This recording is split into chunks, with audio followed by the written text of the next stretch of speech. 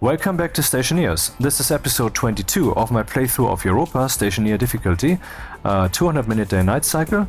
The station is coming along nicely, no wonder after, I don't know, 60, 70 hours already? Look at all the power we have. And it's increasing or shrinking? Currently it's shrinking because it's just grey, it's not white actually. But sometimes you can see here the number is decreasing, else it would be white.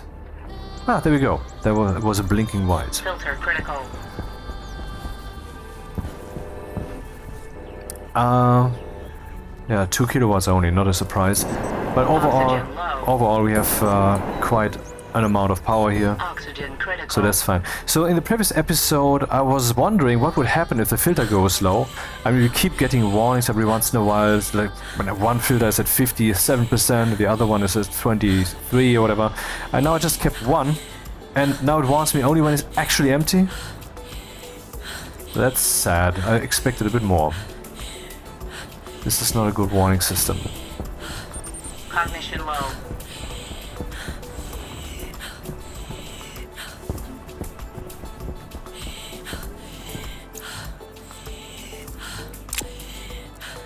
Cognition critical. Cognition low. Hello. So here's our fuel mixer in the works. On its own pipe network. We last time I established this oxygen thing, which gathers oxygen very little out, just reaching 1 megapascal. Interesting. In the previous or the second to previous, I don't remember, episode, I had some cool timing events. And now with this, that's interesting. Also, when the previous episode ended and I thought, okay, let's take the screenshot for the thumbnail, then the filter problem kicked in. Just then. Why wasn't this in the episode? So that was basically negative right-on-point timing, but this still was right-on-point timing, and I find such a thing fascinating. Let's observe such events in the future, maybe. So what's happening here is there is an active vent on the outside here, where it's least likely to suck in something that doesn't belong, and we want pure oxygen only. And whenever that does, whenever it does that, we will get a very low temperature here in that pipe here. And then these two guys kick in to heat it up back to 0 degrees, and then when we no longer need to heat, they turn off, and whenever they're off, the vent turns on. This whole thing has a pressure limit of, I think, 20 or 25 megapascals or something. Did I put a pressure limit in there? Let's check. The oxygen thing should be at the top, I believe. Oxygen 20 megapascals. Okay, as long as the pressure is less than, we will have a 1 here, and here that value will be ANDed, and so if that's no longer less than, that will be 0, and so the vent will definitely not be turned on. Okay, so we're getting oxygen here. Let me show you this portion. This is the actual mixer. I have some stuff in here also, which from previous attempts. I'm still building this thing. With this, we turn on the system to automatic, and since there's nothing connected yet, we can actually risk that, because nothing's going to happen. And here we see the setting of this. Here's the dial with which I set this, and the goal is that I automatically adjust this crossfader. But first I need to adjust the crossfader itself, because I realize it's not yet optimal. What I need is something that if I set it to 5, or let's say if I turn this higher, one pump should be on full power the whole time, but the other one should fade in until it is at full power, basically. And then the other one should fade out. So in the middle, both should be full. Just like a balance slider between left and right stereo. Yep. That's what I need. So let's do that then. First, I want to turn off my adjustment curve. So let's just make them linear. Now they will go from 0 to 10. Here I'm multiplying the pump power into the register pump power volatiles, which will be actualized down here where I'm setting the devices.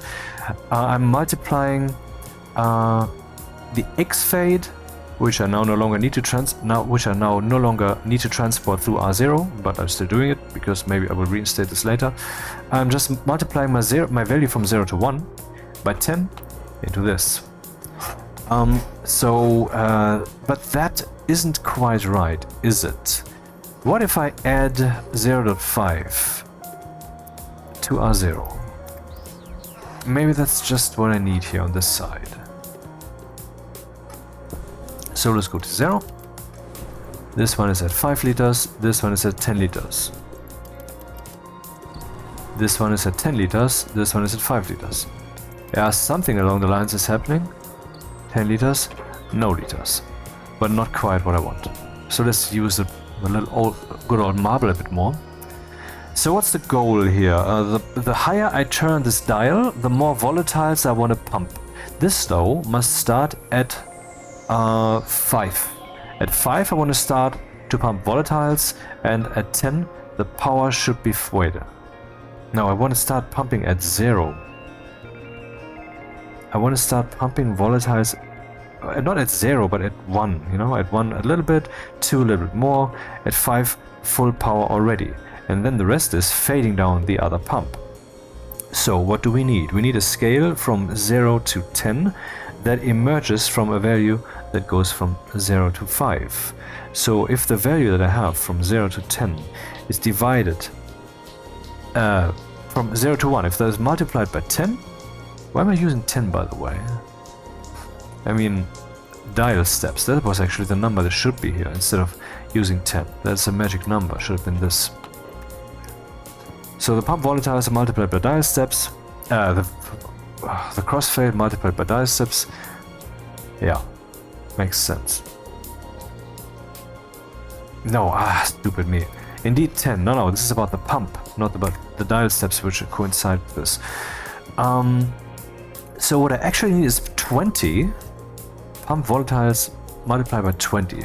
I think the pump should protect from these two high values. We're now at 10. And now we are still at 10. Now we're at... still okay, still at 10. That's a bit weird.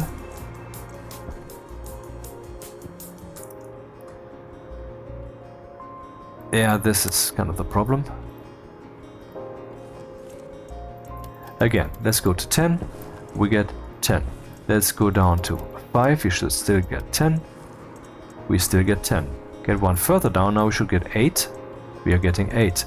Let's go down to 1. We should get 2. Let's go down to 0. We should get none. Okay, so now we have this thing where that pump fades in power. Now we need to do the very same thing for the oxygen pump in the opposite direction.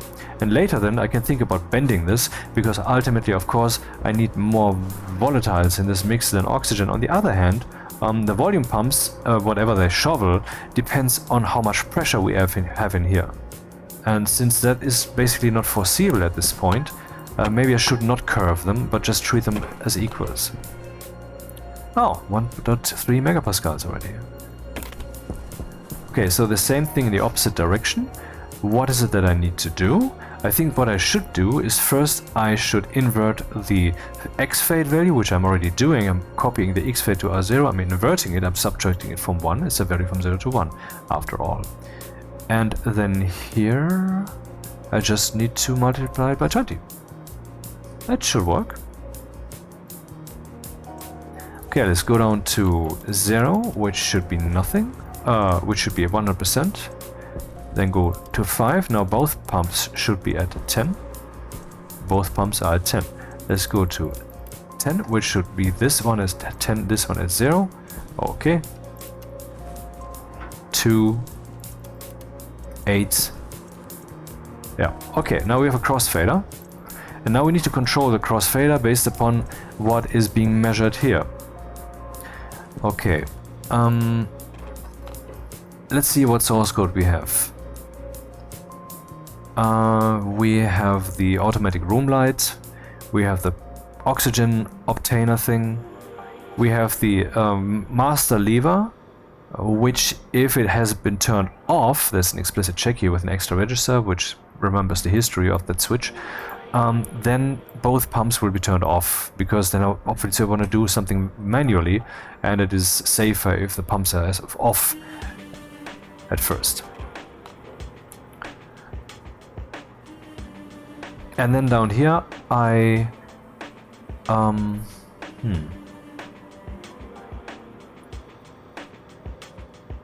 And then here I'm checking, is the lever on, not equal to 0. Then jump down to do auto mode.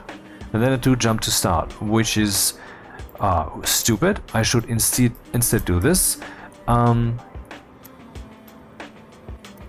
If it is equal to 0, then we want to do go back to start. Else I'm saying do auto mode.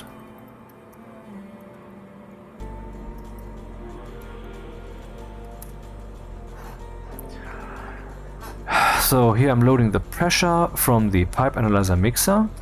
As long as it is less than max mixer pressure, which is 25, I think. Yep, 25 megapascals. As long as that... Okay, that's a bit too singy and too copyrighty. Okay, obviously someone heard me. That's fine. As long as the pressure is less than the maximum, this register R0 will be 1. And here I'm telling both pumps to be on unconditionally, so the mixer will always be pumping until the highest pressure has been reached. But as we have seen, if you turn down a pump to power 0, it will not pump anything. It will actually not make any sound. It would really be off. And then it will consume a little bit of power. I actually have measured this, but that was a prior episode. We don't have to do everything twice, right? And after this has been turned off, possibly, here we are saying if it's equal to 0, if the max mixer pressure is actually no longer fine, then we say jump to start, because we don't want to do anything. But now we're in that region where we actually want to crossfade things. Here's the actualization. Here I'm taking the X-fade value. And, hey wait, what am I doing here? I'm loading the... Okay, here I'm loading the dial setting and writing that into the X-fade variable. But the X-fade variable is the one that I actually want to adjust now freely. And not go through these digital steps of the dial. The dial should only kick in if you're not in auto mode. In other words... If we are equal to 0, if auto mode is off, we jump back to start. I think actually what we had before was better. Do auto mode, jump start, not equal to 0, then we do the auto mode, and if we don't do the auto mode, then what we do is we load the dial and write that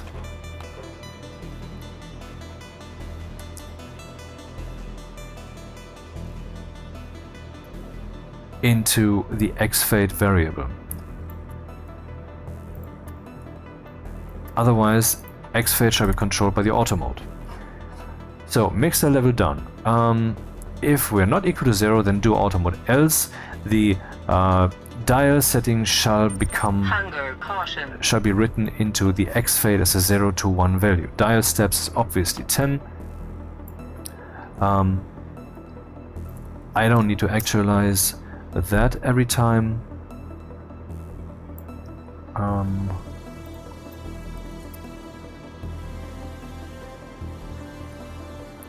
So maybe you get the feeling that you are kind of lost here if you haven't watched every episode and whatever. So I will just do two things. One, I will first show you around the station a bit. Here we have a wind park, which I might actually have to expand again, because I'm using a lot more power right now. But currently we're holding. Currently it's just on the threshold between using too much power and not using too much power, because this one's currently counting up. It was at 50% a day ago, I think, and during the day 5 kilowatts come in from that solar room here. 5 kilowatts only, that's all these things can muster. So that's Europa for you, I guess. And the storms are snowstorms, so it's not like the storms will sometimes be solar storms. I find that a bit disappointing. We have multiple weather events that the game supports, but you know that if there's a storm, it will always be that one storm. No other storm possible. Haha! and you can actually look those up in the XML file, which I did recently. On Mars we get, I believe, dust storms. On Moon we get solar storms. On Mimas I'm not sure. I think on Mimas we don't get any storms. Then on Europa we get snowstorms. On Vulcan we get storms, I don't remember, but it wasn't solar storms, pretty sure. And on Vulcan we get ash storms. So that's the power room. Here we have an airlock, and then here is a logic room basically. I had some idea there that I then tried to make happen, but now it turns out that these chips should basically be on location instead of in here, and so later that may be the case, and here I might have some kind of central control room, which in turn will have chips, but they would be more abstract. They would just be looking at other chips. I'm not sure yet. And here is the main room, the first room that was built. That's also why it is so very full of stuff. Let's go in there. Need to eat something anyway. Stationeers. Also some batteries here. Pretty full. I can actually hand over some power to the battery room. That was an accident. I wanted to turn that on and period. Oxygen in here is 30.7%, so that's good, because I have this new active vent here which I've programmed, which will pump in super cold air, but as long as the temperature in here, look at that, isn't too cold and the pressure isn't too high, it can do that. So the ratio oxygen in here will steadily increase slowly over time. See, now it's 31 instead of 30.7. And I need that because every once in a while I will fetch some oxygen from here for my propellant, for the jetpack, and for my breathing. Oh, maybe I should get some more filters. Dioxide. Interestingly, when I just tried to type dioxide, I was thinking Discord. I wonder why. Doesn't have to have a reason, but I never dismiss such an event without first wondering. There are reasons for that, which I will go into when the time has come. Which time? I cannot tell you, because the time for that hasn't come either. Thriving towards fruiting, thriving towards seeding, and here we have some soy oil, some flour, some fresh potatoes, and here we have over 100 liters of water. And here we have some water to drink, which is faster if you use the mouse pointer, same for harvesting and replanting. And here we have loaves of bread, which give us 4-star food. So if I go mining, then at some point the food will run out, and then very shortly after the water. And so that's good balance. Here we have some biomass, which came from me tossing some decayed eggs, and also just some potatoes in here, which were auto-shredded. And if the shredder is full, it will toss whatever it has into the centrifuge, which will immediately kick in and then pump out what it has as soon as it is done. You know what I mean, centrifuging. And in case I'm impatient, I can push here to empty recycler prematurely. Here you have some building materials. Over here we have nothing yet, but this will become the most sophisticated part of the station, is at least the plan, where we will have, I don't know, bedroom, shower, everything decorated, beautiful, and so forth and so forth. Because this room kind of alludes to that, right? I mean, currently with the lockers open, not so much maybe, but this room looks pretty beautiful. And it's also pretty cool to have this hidden in here, because it just seems like, you know, some pillar with lights, but it's also useful. And that kind of style, yeah, I like that. Alright, oh, let's maybe turn this off. Oops, that was a bit much. How much power are we consuming? 1 kilowatts, and what power is coming in? 4 kilowatts, currently. This can change at any moment. Yeah, let's take a look at the garage, which is an airlock, actually. Currently the air is being sucked into this system, pipe system. And once there's no more air here, the door will open. And then I could drive out, haven't done so yet. But I actually painstakingly removed lots of this here with a mining drill. The terrain was actually this high. Yep. Some people witnessed this happening. Poor souls, all of them. No. And the opposite works too. Now it's emptying the room. Okay, this is probably just a power outage. I mean, these guys use 500 watts after all. And currently we have no wind, so I'm currently actually locked in the airlock. Epic. Epic. I mean, it's an airlock and I'm locked in it. Stories written by life itself. Not bad. Well, let's talk about the things that I'm planning. See, I need a volatiles factory. Currently I'm trying to do that by just harvesting it manually, by mining it. Then I will, yeah, the fuel mixer, you know.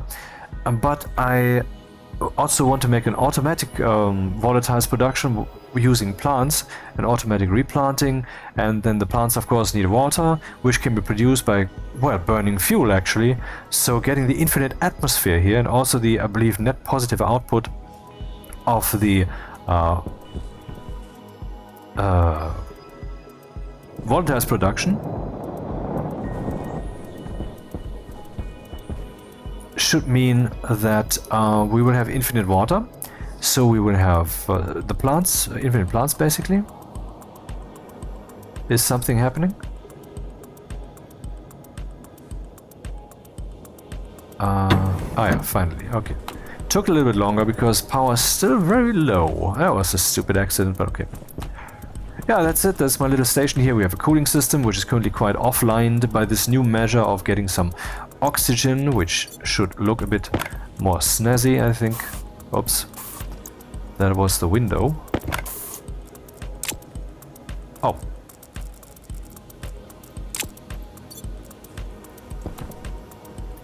Here we have a fully automated arc furnace, which shows us what's currently being smelted and what the progress is.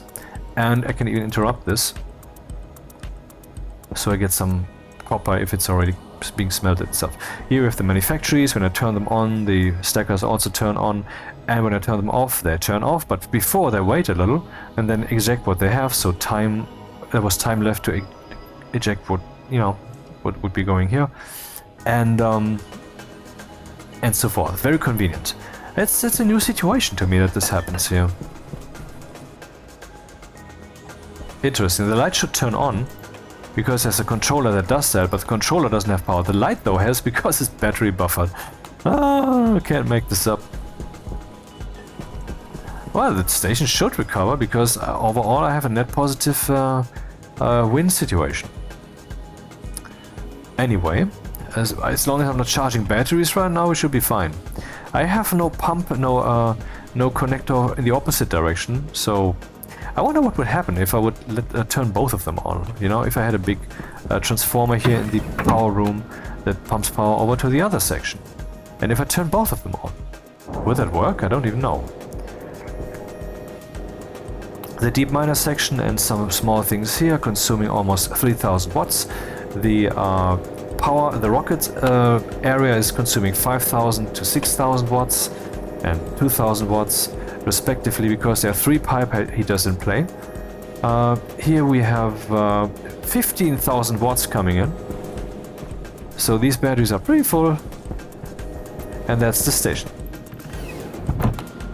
And then I want to go over the source code just quick, so that you know what I'm been talking about when I'm programming this, my deep miner section. Producing, well, almost 10 kilograms of iron. And of course I keep drawing from this guy to make steel and such. And for the coal, well, I go mining, but I have 2 full backpacks of coal waiting right now. This one is basically my level, how much leveled up has my station or how big has it become. So I want to make this pillar higher over time. And here's the spaceport for my first little rocket. The butt plug 1, you can tell why it's called that, is very short. Here's the rocket center. Maybe I should describe just in this... Well, how to make rockets? Well, I made a video about that recently, so maybe that would take it a bit too far, explanation-wise. Feels wrong. Anyway, there's fuel in here, and the pipe heater, this one will kick in, this one will not, it's just an emergency. To keep it at 20 degrees Celsius. 20? No, I think I changed that recently to 0. Yep. Equivalent to the fuel mixer. This one should actually go back in here.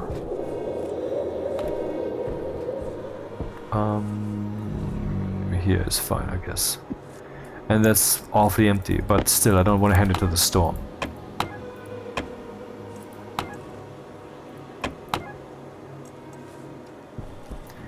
Now we have 2 megapascals, hello. Unfathomable. 5 kilomoles of oxygen at 0 degrees, even though we have minus 140 here. And this power here, that is coming from the power room, so power-wise we're doing quite well. Anyway, so we have this crossfader here. What do I need to do now? Well, whenever this thing is on, both pumps will be on as long as the highest pressure hasn't yet been reached. And what needs to happen then is that I need to measure if the situation is alright. And so I will now use the what's its name? The pipe analyzer, which I haven't yet used, I believe. Let's verify that this is so. The pipe analyzer of the mixer. Do we have some red here? Yes. For mixing the pressure that we have in there, but we haven't yet measured the ratio volatiles and the ratio oxygen. Where is it?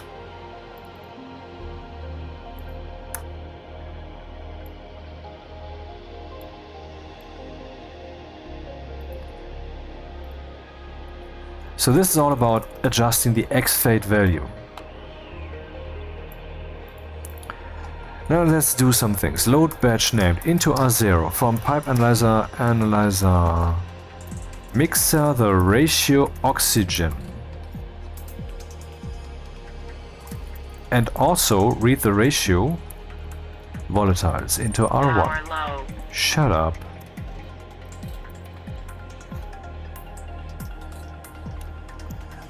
I actually should have some, I mean the power isn't that low, but I'm thinking there should actually be a battery charger over here. Do I have some in reserve? I do not.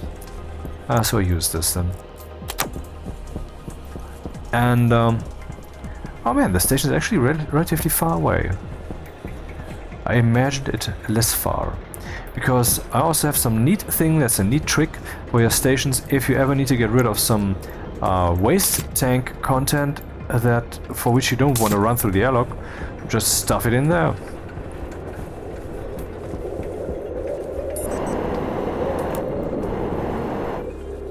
This is not the world's end because of rendering, this is plateau's end.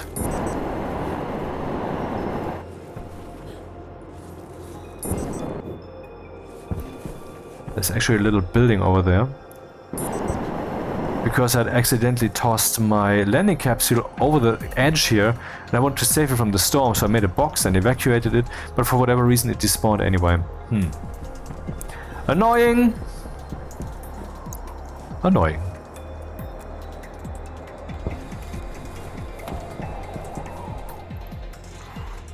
Now I have the ratios of both of these. Now let's add them together into R2, R0, R1. And if the sum of the ratio oxygen and of the ratio volatiles is greater than or equal to 0.99, so if any pollutant or whatever else crap could possibly be in there, if that is less than 1% or 1% or less, then we're fine. And therefore jump a few lines down. Else, we will I don't know how to deal with this. Actually, I would have to turn both pumps off again and jump back to start, but this seems awfully wasteful. Is there a way to make this happen in a more elegant way?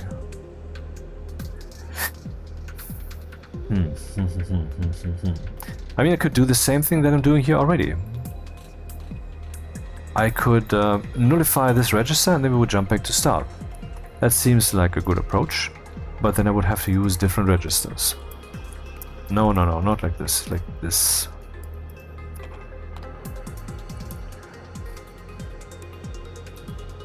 So I'm loading into register R1 the oxygen and register R2 the volatiles. Or maybe the other way around, because the first component to think of when we think fuel is volatiles. And that's also the natural component when we dial up the dial. What am I dialing up? I'm dialing up the volatiles. I'm not thinking about that like dialing down the oxygen. So volatiles is what I'm thinking about, so 1 is volatiles. Oxygen comes next. Then I add this together into register R3. Yep. 1 and 2 are added together into R3. And now I need to find out if I have to nullify R0. R3 will no longer be needed, so I can override R3 with a logic statement. What is that logic statement? If the sum of the both of these is greater than or equal to 99. Let's check again. Loading the ratio volatiles into R1, loading the ratio oxygen into R2, adding both of them up into R3. If R3 is greater than or equal to 0.99, then R3 will be 1. In other words, now we end into R0 from R0 and R3. So if R3 has become 0, which would happen if greater than or equal is not true. So if the sum of volatiles and oxygen is not greater than or equal to 99%, then we will have a 0 here, and therefore this statement here will then nullify R0, and so both pumps will be turned off and we jump back to start. But I could do something else also. I would like to have some kind of alarm lamp that goes on when that is the case. So export. Everything's still fine, hopefully.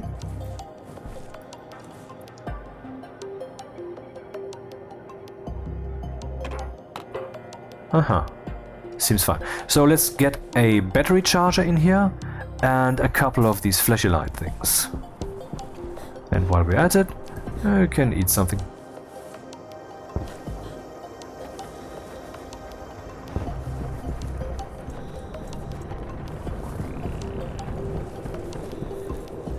I hope to use rockets to mine copper and such from space. I mean, I kept hearing, it's not like something it's not like everybody's saying, but I heard it a few times, that rocketry isn't really worth it for the resources that you get because of all the fuel that you need to spend.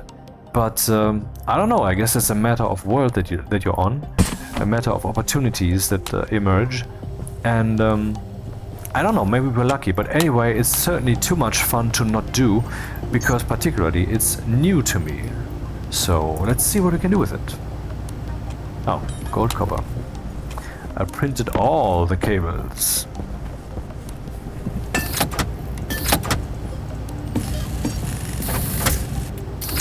And flashing lights. So how about the oxygen in here? We still have with 31%, now we have 32.2. This should update life, and it did a while ago when this whole concept was invented. And then they said, well, the nearest 3 tablets will update life and stuff like that. But for whatever reason, this is no longer happening. I don't know. I dislike.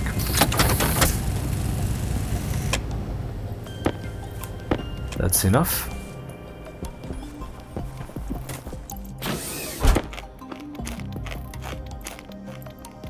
Oh, that was the bread. Which prompts me to check. Do we have something here? Thriving towards fruiting. And we have wheat seeds. Okay, since the bread is what we need the wheat for, let me just harvest.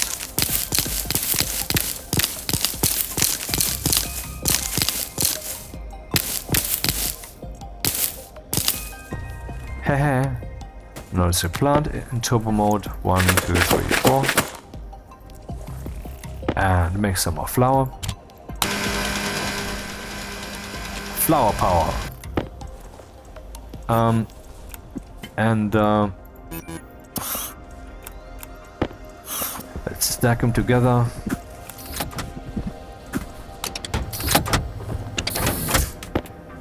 And then put 200 in here. 1, 2, 3, 4, and 5 soy oil. 1, 2, 3, 4, 5, and now we get a loaf of bread.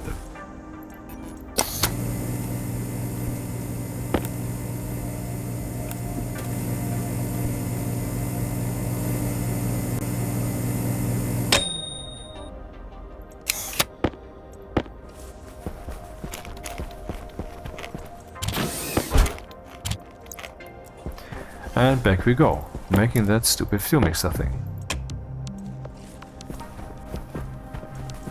Oxygen, filters, battery, all looking good.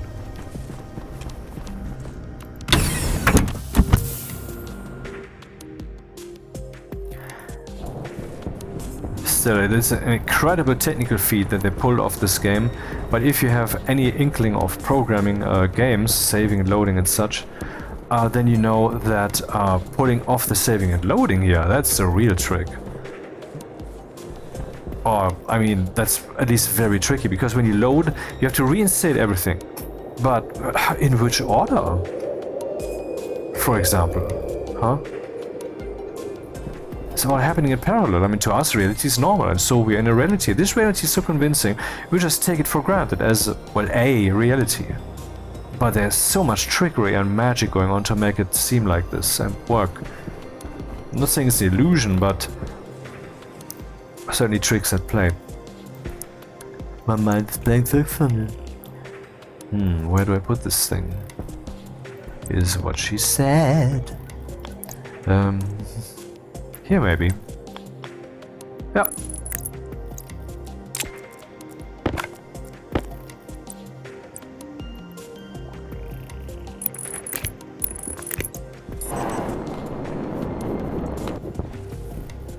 Righty, maybe I should bring some batteries next time.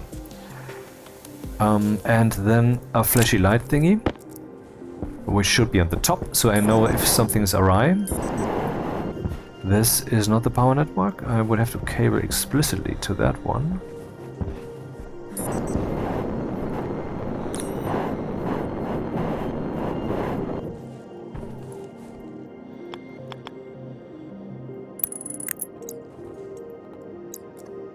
Which color shall it have? Red, white, yellow, brown? Purple alert, purple alert.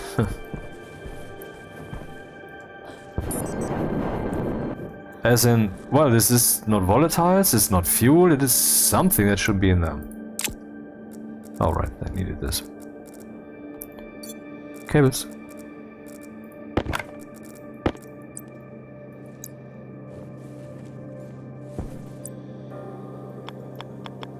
Or should I come at this with a cable from the inside? Oh, that would be definitely more elegant, I would say.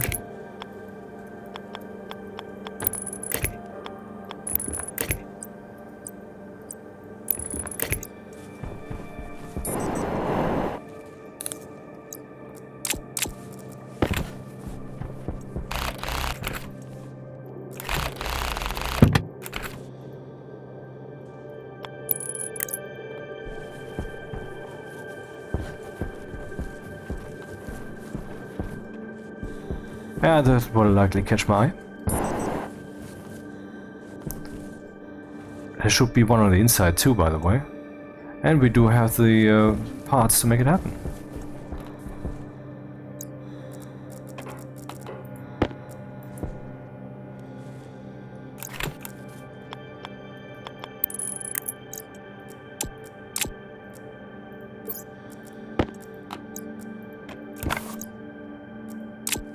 Why it doesn't teleport that into the active hand is anyone's guess.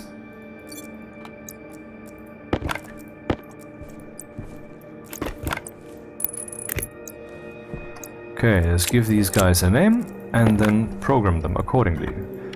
let's see, what names have I used here? Fuel mixer analyzer, fuel mixer pump volatiles, fuel mixer fuel mixer, fuel mixer, flashing light, flight, impurity.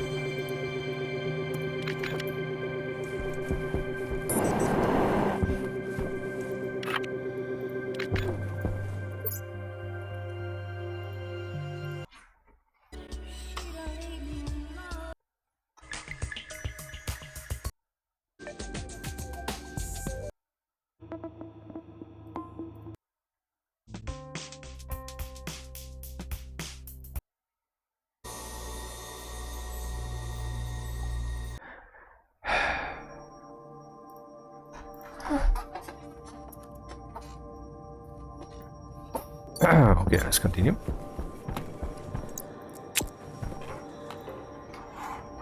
Need a flashing light. Fitting to the pipe analyzer. Define light hash structure flashing light. These names can just be copied from the Stationpedia by clicking on the name, or the blue name here. Well, not this one here, this one. If you click on this one, copy to clipboard. Yep. Define flight impurity hash. Fuck my life. Fuel mixer flight impurity. So we want to actualize this thing. Where do we want to do that? In a place where we arrive, definitely, because that's a necessity. Mixer level, mixer level, mixer level, then we are jumping to auto mode here, and if that's not the case, we say this and this and this. So that should only happen during auto mode? That's a bit weird. I wonder if I should just read the values here higher up already, because that makes more sense. Whether I'm mixing manually or automatically, we should be aware of impurities. So I think I should reserve a few more registers up here. Wow, I didn't ever reserve this many registers. Alias, ratio, volatiles, that is R11, alias ratio oxygen R10, 15, 14, 13, 12, 11, 10. Lights are controlled here. Here we have the temperature of the heater thing. Here we have the lever, and we don't care about the lever because the lever is about the automatism. But the automatism should not matter when it comes to the things we need to do here. So let's cut that away.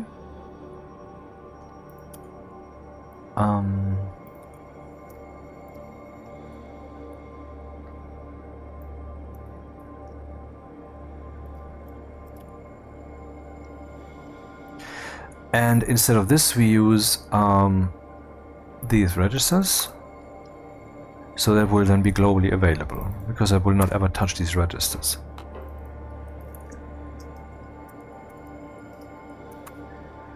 Ratio oxygen.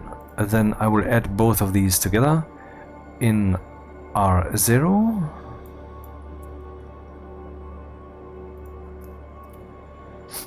Add R3, R1, R2. And maybe I should not actually refuse operation of the device when there are impurities, because maybe I would just, maybe I'm in an emergency situation. Maybe I need to do this. Just because the fuel is impure is not a problem. I just need to know. And so the warning system is good. So I want to add that into R0, and then I want to turn R0 into a logic statement. And if the sum of the ratio volatiles and the ratio oxygen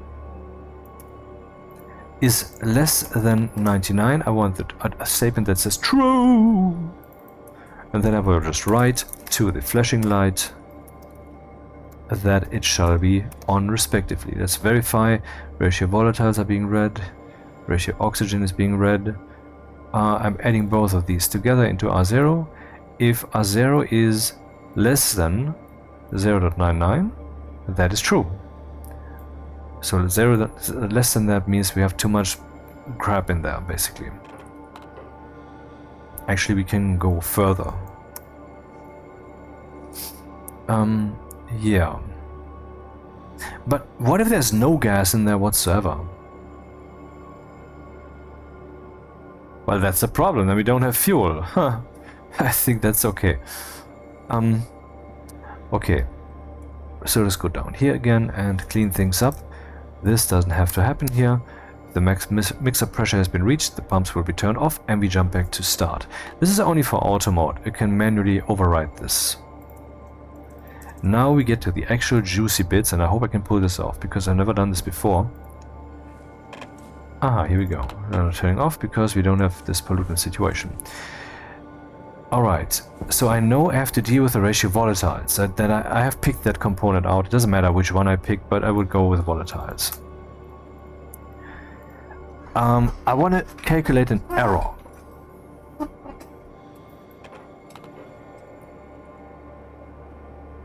So let's define ideal volatiles. Define ideal ratio volatiles 0.6. That's the ideal ratio. Lots of 6. Maybe I should use 3 for cakes. Huh, Satan, what do you think? Yeah. Old adversary. Soon gonna be my bitch.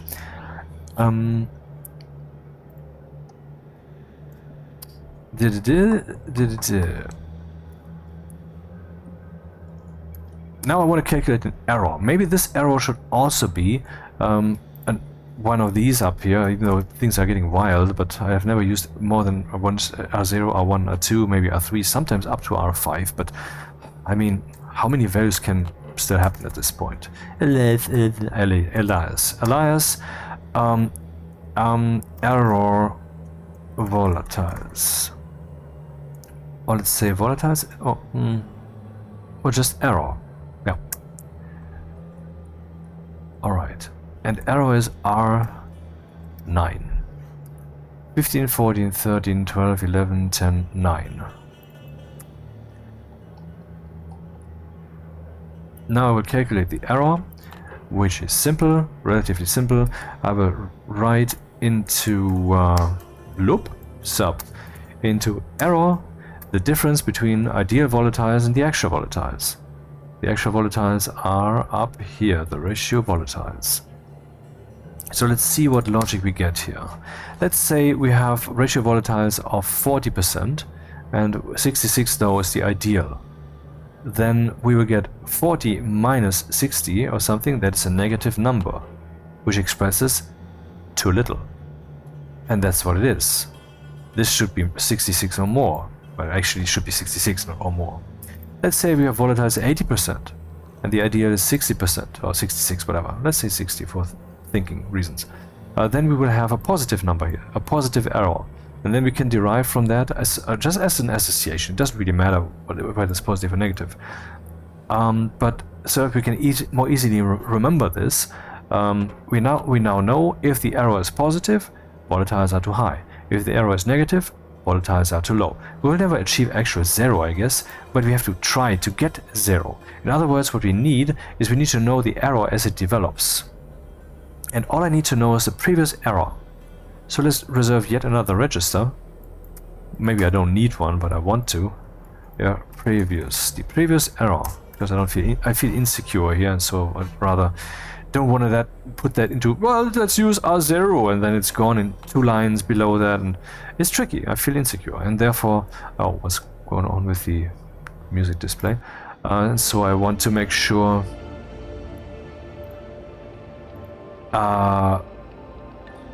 that everything is nailed down. So the error previous, when the code starts, can I do something meaningful with the error previous? No, I cannot.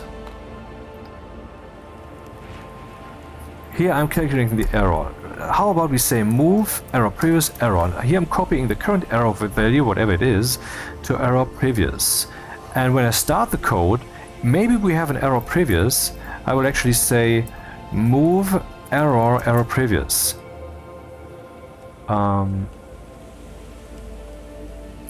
Yeah, because I'm going down here, and first I'm saving whatever the error was so far in error previous. But maybe there was none so far. I mean, then you might say it, then there was also not a previous one.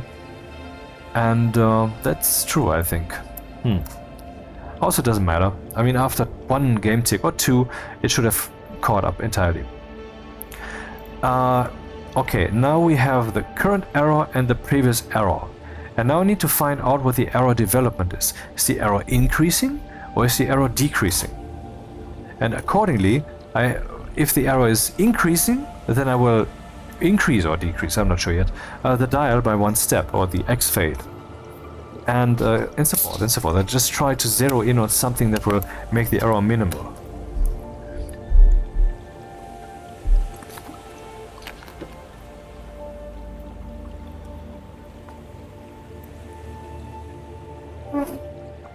Oops, sorry. Yeah, sometimes that happens. Okay, the difference. I need to find out the error development. And I will reserve yet another register for that, which might, I mean, many of these might be superfluous. Error development tendency. Delta is still unclear because, you know, which one is subtracted from which. You know, delta means difference. Error change. The error change. How is the error changing? This implies time. Time moves forward, so to speak. Of course, there's no moving time. People who believe that are dreamers. There's only this moment. You have never seen tomorrow, you have never seen yesterday, you have never seen the future or the past. You might think, well, our perception doesn't really blah blah blah blah. I mean, people can get lost in thinking and in formulas and math and investigations. The truth, there's this moment period. End of story. And this moment is, of course, eternity. I will now subtract into error change the current error versus the previous one. Let's think. Let's say that the error was higher before. This is a large error, whether it's positive or negative. Oh, actually that matters. Let's see. Let's say we have an error of 5. This can of course not happen. We're talking about ratios here. So this can be 0.1, 0.3, 0.05 and so forth. But I want to be able to think about this. So let's say the error was 5. And now the error is 3. What this would mean is that 3 minus 5 means that now we have a negative error. In other words, the error is getting smaller. So that sounds good. What if the error is negative? What if we had an error of negative 7 and now we have an error of negative 1? Minus 1 minus 7 is minus 1 plus 7, which is 6, which is a positive number. So we had an error of, wait, what did I say? Minus 7 minus 1, which is an improvement. The error has shrunk. Minus 1 minus 7 is 6, and that's bad. This doesn't work in both directions? I find that irritating. That should be mathematically the same somehow, but okay, maybe it's not. Okay. Let's think about it again. The previous error was low, let's say 0. And the new error is 10. 10 minus 0 is 10. Positive, aka we're going in the wrong direction. The error is increasing, the error is positive. The error change is positive. So let's say the previous error was 0 and the new error is 10. 10 minus 0 is positive. Okay, we had that. Previous error was 0. Now the new error is minus 10. Well, very obviously that gives us a different sign. Alright, I get it. So we would have 0 we would have minus 10, minus 0, which is still minus 10, and that sounds good, doesn't it? What can I do about this? Of course I can change the sign, but in what situation, in what circumstances? What is the logic here? I mean, for example, let's say the previous error was minus 5, and the new error is 5. And then we have 5 minus minus 5, which is 0.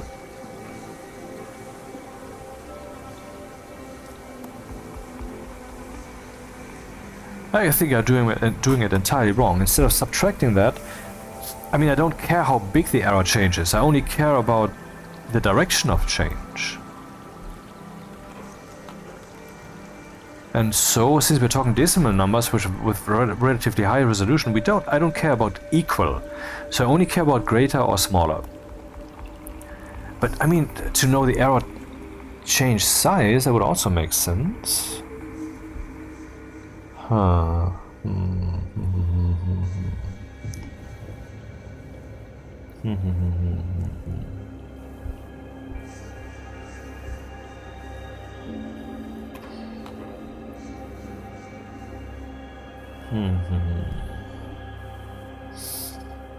I think we'll have a very cool fuel mixer here very soon. Give it 15 minutes maybe. Is it still recording? Hello! Hello!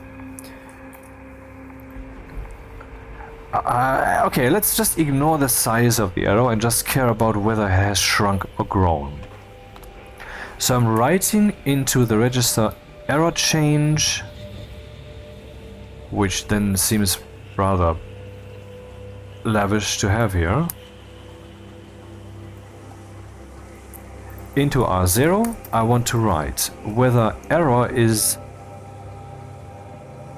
less than error previous. If error is less than error previous, then we are doing things right. What is the error again? Error is the difference between volatiles, which is like it's 80%, and the ideal is 60%, 66 I know. And so we would have an error of a positive number. So that's a positive number.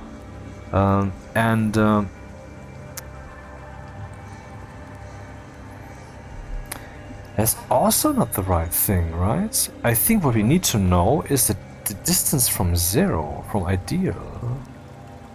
I mean, let's say the error previous was I wonder if this can work.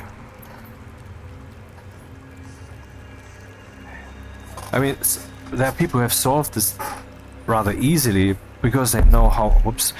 They know how PDE works, but I've never done this before, so I've never been in this particular situation. And also, even if I have been in a situation like this, I would try to optimize things all the time, and so I always consider it a new situation unless something has really been cemented and I know, okay, this is definitely it, blah blah blah, write it down. Okay, let's say the error before was, let's say we had volatiles 1%, and that's very radical error.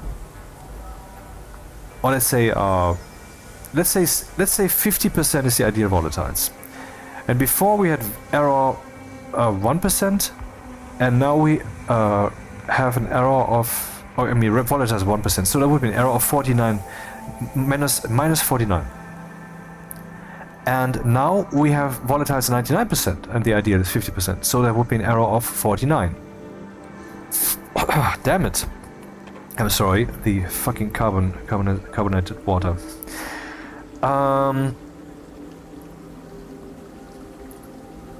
So the error previous would be smaller, but would it be smaller really? It is the same distance from where we want to go. Yeah, but the tendency is, I mean, if it's not about the size of the error so much, but it's about whether the error is positive or negative. If the error is negative, then we don't have enough volatiles, so we need to pump more volatiles. If the error is positive, then we're pumping too many volatiles, so we need to pump less volatiles. That is what it needs to be.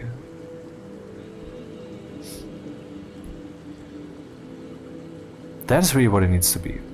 If the error is positive, we need to reduce the amount of pumping that we're doing. If the error is negative, then we need to increase the amount of pumping that we're doing.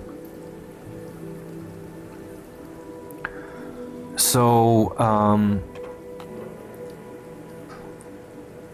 isn't there a sign function? I think there is one. Signum then? Wasn't there? Oh, that's sad. We don't have that. Hello, I was intending to search.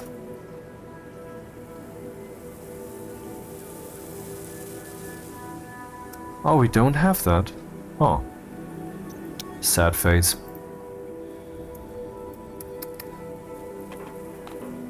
Power low. Shut up.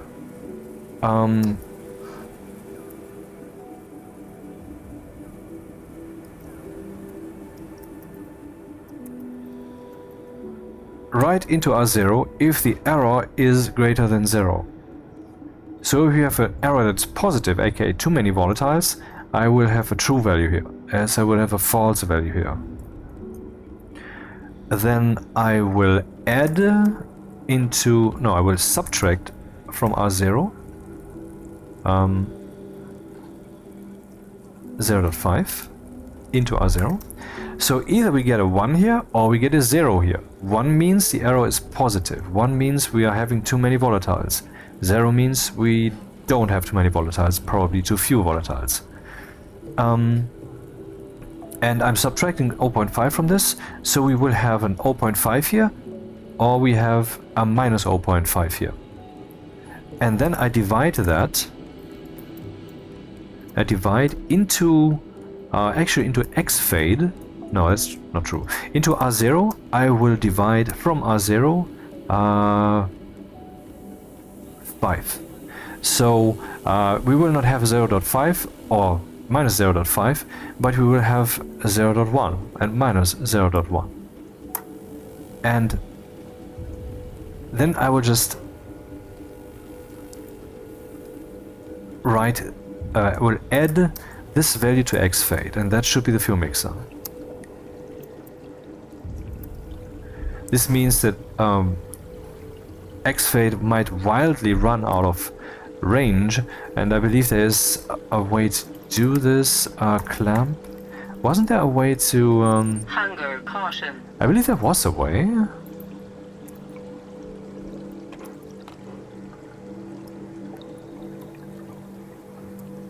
There was a way, I believe, to make sure that the value will not be out of range. Or do I actually have to use the min-max function? Min. The minimum of two values. So I will write into X fade the minimum of X fade and 1. If 1 is less than X fade, so if X fade is like 17,000, then we will get 1 in there. But if we have O.9 in X fade, we will get O.9 instead of the 1. And then can do the opposite with 0, which will clamp this to the range from 0 to 1. And that should be the fuel mixer.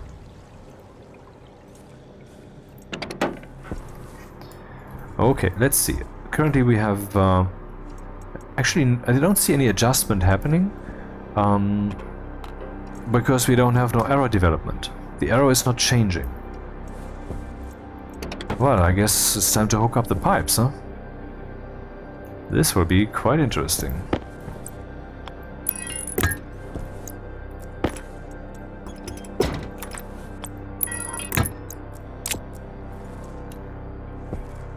Currently we have an error that is, we have too many volatiles.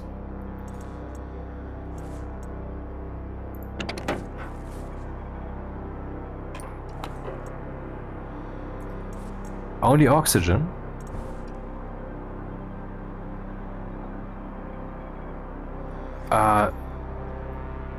I guess we're only getting oxygen right now. This is wrong, man. This doesn't work. What's the mistake? Tricky. I mean, how do you debug this? I would have to have... oh, I can't test this really.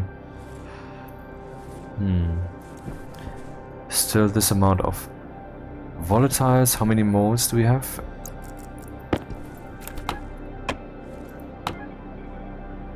$8,000 moles, 3 megapascals. The system works. I just wonder how much power we currently have in the main station. What could be the error? What could be the mistake? Why did it not realize that they needed to change the setting? Maybe the problem is really fundamental with X-Fade. I was wondering how X-Fade was initialized when this whole thing started. But I guess it was initialized with 0.5. Yeah, I guess the wind turbines are reviving the station, so that's fine then. Let's eat something. Oh.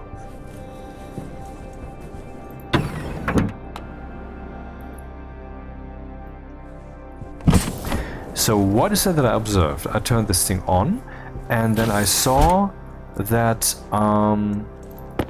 what did I see? The oxygen was pumping. Were the volatiles also pumping? What were the pump settings? I believe they were not developing.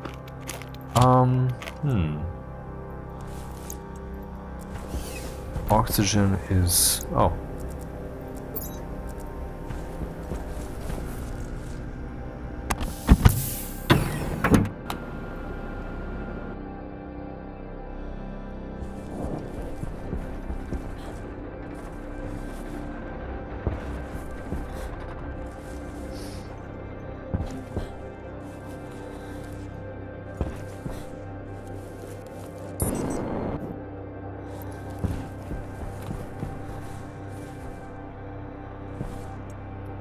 This one's at 0, this one is at 10. This one at 0, this one is at 10. Why though? Alright, because in not auto mode this dial doesn't do anything. Okay. I mean, okay, this whole thing is evolving, it's growing, so can't expect everything to work at all times. But anyway, let's turn up this pump, turn down this pump, turn on the automatism.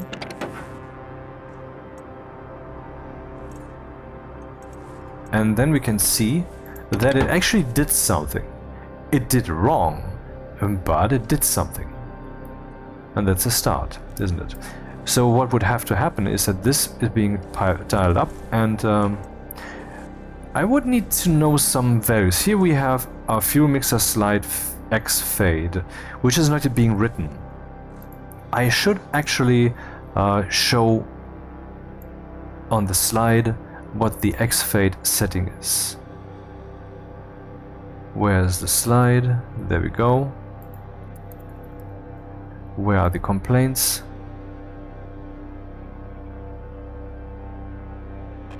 Nowhere? Excuse me? Ow! This thing isn't yet being used anywhere. Oh, down there, okay. Actualize mixer devices, right. Why would I turn that thing on?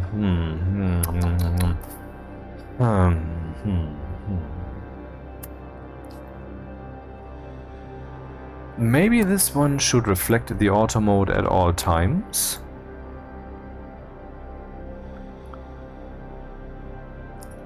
Auto mode, where are you? Where art thou? Here, auto mode. This is do auto mode.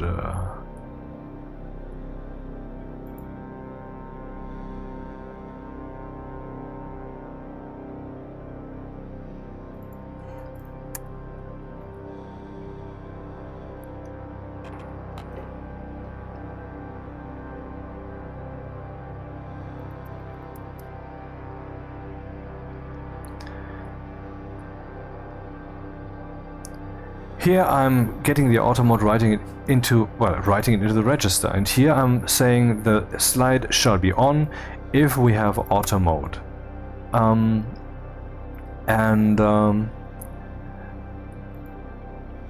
When we are actually in auto mode, I jump down here. Otherwise, I will read the mixer and write it into X-Fade, but that is a good opportunity then to also write the X-Fade value as set in the dial to the slide, that only happens here when the auto mode is off. When the auto mode is on, that is not yet happening. Here we are actualizing devices, and here I can do the same. You might think, hey, why then not write that only once? Because the nature of X-Fade's actualization is so different. We have different paths, so I guess that's the only way. Aha. Okay, maybe I should... Actually, this is interesting, because this looks like it is volatiles, kind of, right? I mean, sadly, spray painting these guys doesn't help at all. Because, I mean, if I would use this somehow, then when I load in again, then a bug that the devs supposedly fixed over a year ago would mean that we don't see the actual color that it is spray painted in. Because it doesn't show. But I mean, I'm kind of tempted to invert this to make sure that when you dial this up, then we will not see the full slide, but the empty slide. Because the empty slide is red, and otherwise, you know, it's not realistic because it should be pink. But I cannot make that pink anyway, even without that bug, because I can only spray paint the white portion. But anyway, it does feel like that is a better use. Also, it's vertically inverted anyway. So instead of me unbuilding this, why not use the opportunity? So subtract into R0 from 1 X fade. And then I write that into the slide. And the same up here. So I'm inverting the value, period. Very simple.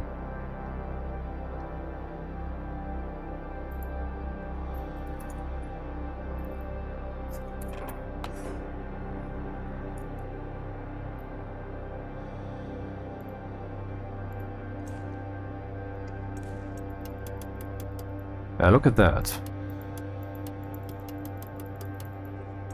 I wonder, why is it taking so long? It seems like it's taking more than a game step. Is there really that many lines of code here? I don't think so.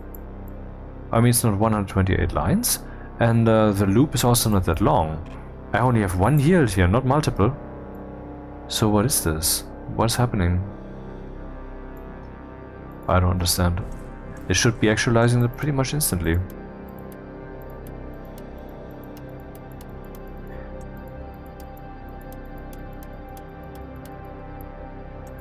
Or is this actually fast? It's faster than a second, right? Yeah, it's half a second. Yeah, okay, so it is actualized.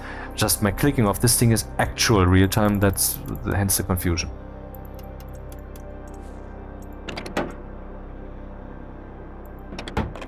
Okay, we just saw that it was correcting in the wrong direction.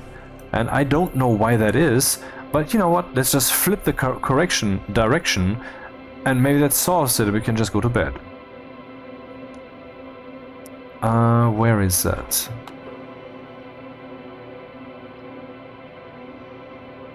Here.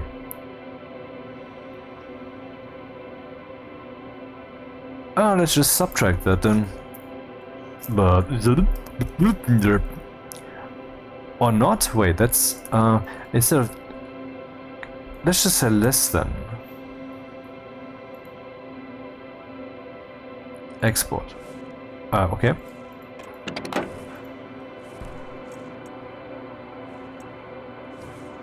Okay, that's in principle correct. We're getting more volatiles. The question is, will it adjust once the volatiles have reached a proper mixture?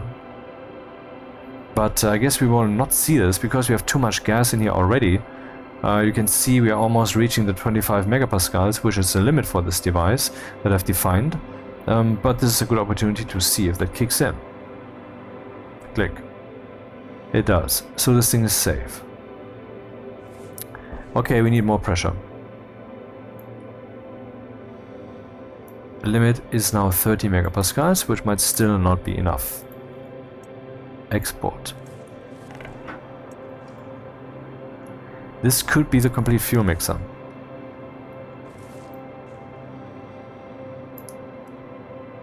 Oh, right, I need to... Well, let's do this then.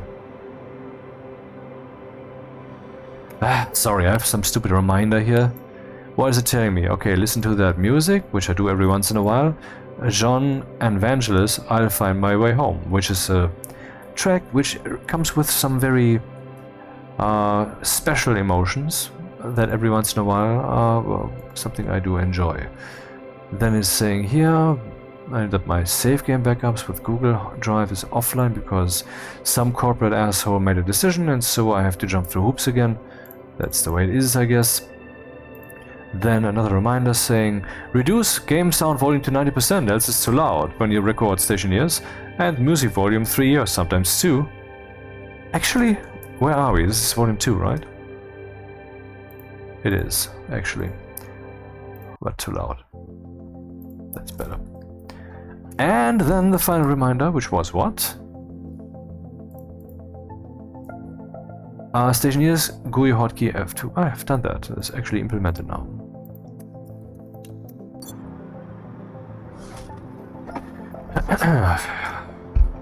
I'm the chairman. On every board in the world.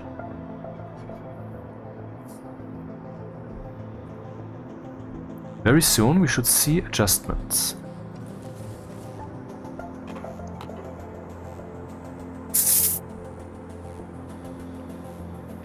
Remember, 66 is not the limit. 66.6666 and 6 is the limit, and so we have a rounding error problem right now, but in a few seconds something should happen if this thing works. If you get 67, then well, it might still work, because it could be a rounding error kicking in. Is it adjusting? Oh, it's adjusting! Oh my god, it's adjusting! It's working!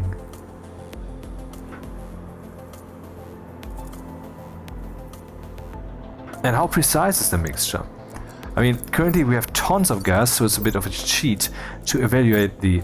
Oh, we have reached 30. What? Okay, nice, it shut off. What's the mixture? Well, 66.6 and 33.4. That's very precise. But we can be more precise because this guy can show us numbers with very, very many of these. So let's write the ratio oxygen. I think we can start a rocket in a few minutes, man. Ratio volatiles. Write dB setting ratio volatiles, which are also the criterion. So we have 0.666183. That's not a perfect mix. Nope. And considering how much gas we have in here, that should be a better mix. Let me just kick up the max pressure to 31 megapascals so that we can see that thing in action again.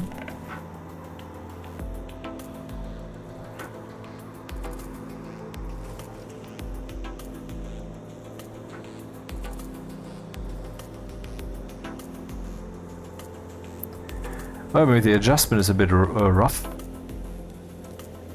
And now we have 31 megapascals. Currently, the adjustment is going by 0.1. And 0.1, what does that mean? Well, that's exactly what the dial would do. And the dial, our 10 steps that we have manually, it's maybe a bit cheap. So let's go to 30. Waste tank caution. 5 megapascals, or maybe 32.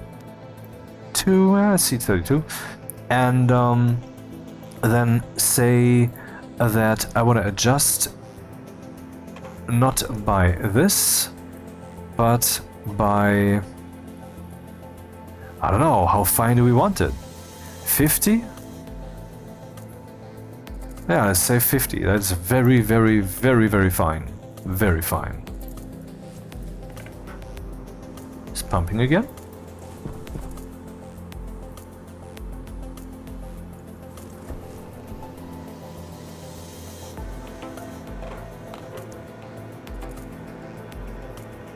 It's overshooting quite a bit. And now it's full again. Crap. Okay, I want to see more. Let's go to 35 megapascals.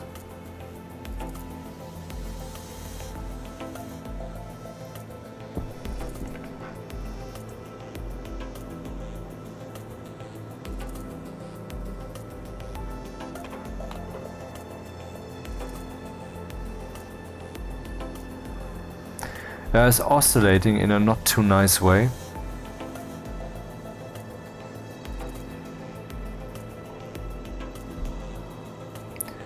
But it's working, and that's pretty cool.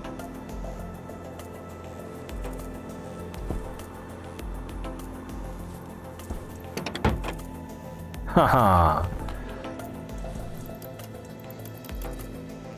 Does it actually affect the pumps? No, right? Okay, let's take a look again at what the fuck we're doing here. So once we're in auto mode, which is here, I'm loading the pressure of the pipe analyzer from the mixed fuel. If that is less than max pressure, we will have a 1 here, and then I'm turning the pumps on unconditionally because I want to mix, you know, and if they are set to 0, they're not going to pump anything. If that happens to be 0, so we are no longer below max pressure, then we are turning them off, and if that is the case, then we jump back to start, so nothing will happen. Then we are interested in the error. So I'm moving the current error, which is this one, whatever that would be. It just remembers that via the main loop again and again and again, round and round we go. Move that to error previous, and then I'm loading the current error. What is the current error? The error is the difference between the ratio volatiles and the ideal ratio volatiles. I'm subtracting from basically 80% volatiles, the 60% that is what it is, and then the error would be positive, as in we have too much stuff. We have too much of the stuff. Then I'm checking, and this is the thing that actually flipped around, is the error less than 0. In other words, do we have too few volatiles? R0 will be 1 if we have too few volatiles. And this is then what I add to exFed. So that makes sense. If we have too few volatiles, then R0 will be 1. So too few volatiles means we add something to exFed. Yeah, that completely makes sense. Yeah. I wonder if I could actually use the difference and make the step size relative, but then it might just overshoot in both directions. Ping pong the whole time. And I don't want that. The way it's currently doing it might be working. I'm curious how well it works once the pressure in the system is very low, because then every little bit that a pump does wrong will have a lot of ratio altering effects. So that's pretty cheaty right now, but currently we have a working system. Yep. Anyway, and then I'm saying from this value that is either 0, as in not too few volatiles, or 1, as in too few volatiles, a 0.5. So it becomes minus 0.5 or plus 0.5. Plus 0.5 would mean we need more volatiles. Then I'm dividing it by 50, so it becomes 0.01, and this is what I add to exFade, or subtract depending on the sign, of course. And then I'm clipping exFade to a value from 0 to 1, and ultimately then down here I am setting this value to the pumps without curving or anything. And then yeah, it's actually a relatively simple system. How we look? 3.7 megapascals. Yeah, we have fuel here. Maybe we should use the fuel. Thank you, and good night.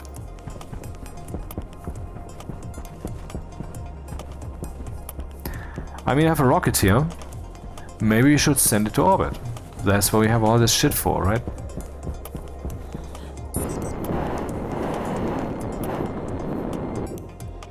Still, all of this stuff is very manual.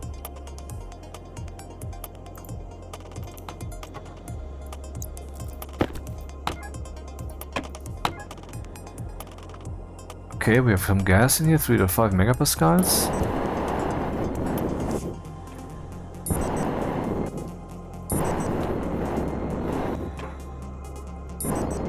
And it's a perfect fuel mix. And here I have a pump that will allow me to use some of the fuel mixer stuff that I made to be pumped over into the rocket.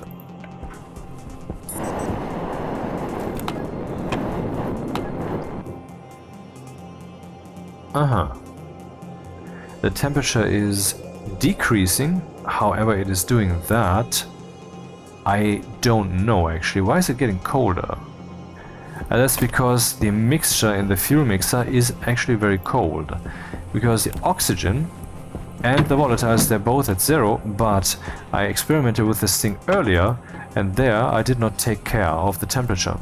Good thing though that we have this corrective measure in place, which will save us from problems, but I think we can actually turn this thing up a little.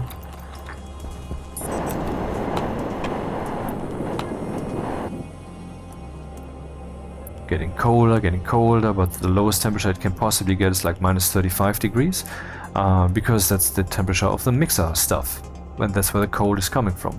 Plus the cold is coming from here, but it's not that aggressive, it's less than 1 degree per second or per game tick. How high will I go? Well, 45 megapascals? Or maybe not, because if I keep heating this up to 0 degrees, that would not be wise. Someone told me that I actually don't need the pump here. And they're right, I guess. This way I can adjust how powerful this rocket will fly. I mean, if my thought was when I remove the pump, then if there's basically nothing left in the tank, the rocket will basically not have any pressure. But weirdly, this pressure-fed engine, this pumped gas engine, has its own pump, it seems. Or was it the pressure-fed one? I think it was this one, the pumped gas engine. Yeah, let's actually read the Stationepedia then. Is it still measuring stuff? It's not? Critical. Oh, that's not nice. When we have the Stationepedia open, we can no longer measure where we're pointing at. That's crappy, man. Okay, let's turn that off, because the pressure will increase, won't it? And let's prepare for some emergency measure. This will pump into this emergency tank from here, or a reclamation tank. And this is that network, yep. And this should now slowly get warmer. Let's see, we are 31.8 degrees, and over here we have -31.8 degrees, yeah. So I believe this is just an open connection via the umbilical. The umbilical itself is just fake, it doesn't exist, not for myself or for anything. And I mean, how should this be handled? Should this suddenly be an emerging pipe volume that also needs to be filled? And if you retract this, suddenly the pressure of the pipe increases and things burst? That would just suck donkey balls, and so that's not how they implemented this. Okay, the temperature has increased to -31.6, and only one of the two guys is on right now. I want to change this so that we get somewhere.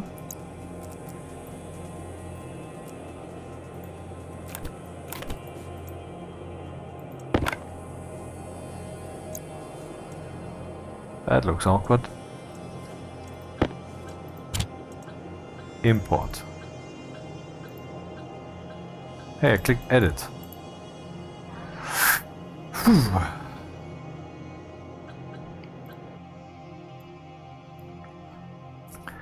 Define pipe heater. Define name of pipe heater 1 and pipe heater 2.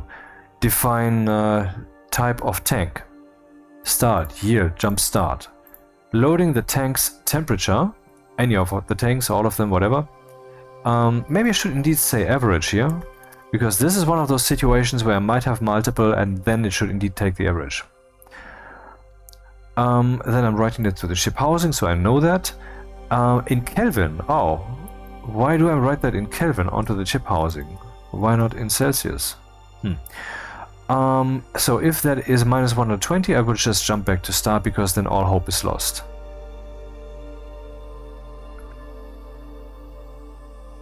Right? Let's see what the Volatile. What? Hello? Volatile. Volatiles. Yeah, minus 120. That is hopeless. That is so liquid. The ass is bleeding. Okay, let's say 140 then. Well, if the pressure is less than 0 Celsius, then this one will turn on at was it minus 60. Let's do this so that we get somewhere quickly. Export, grab chip, plant chip, and see how the second thing also turns on. Which will, of course, increase the power use, who cares, and the speed at which this gets warmer. And I'm curious, is this here getting warmer? Does this also mean that the pipe where all that stuff is coming from is getting warmer? Minus 31.1. Yes, that is good. That is glorious. So it's just one big volume with 240 liters. Why does it only have 240 liters? That seems a bit low. The tank itself is 250. This is pipe network 206226. Okay, that's a different pipe network, which starts here, I would say. Yeah, what's the pressure doing?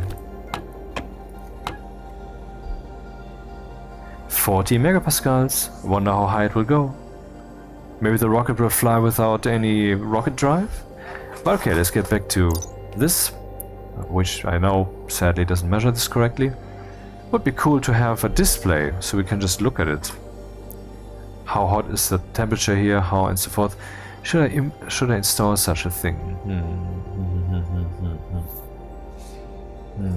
There would be yet another chip housing. I don't feel like doing this right now. Okay. The engine. Stirling engine, rocket engine, tiny? Okay.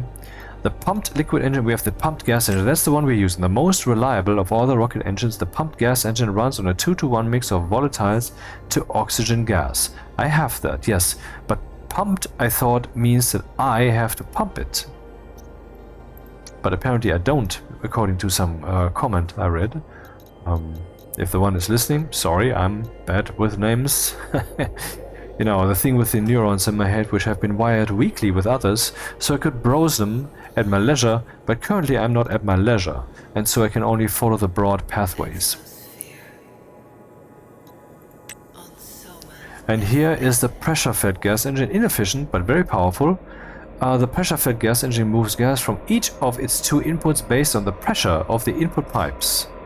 Control the mixing ratio of fuels by tweaking the input pressures to target a 2-to-1 mix of volatiles to oxygen gas, chilling propellant gases, or using that.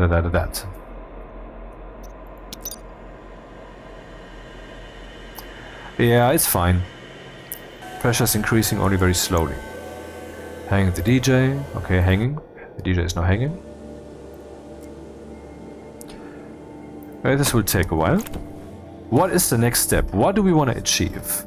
Once the rocket has been fueled, I can send it up and then we can gather the first survival playthrough rocket experiences.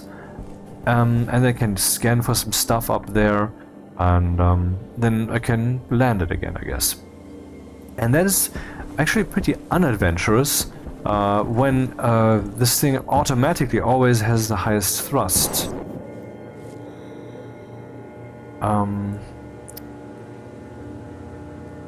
But I'm not sure.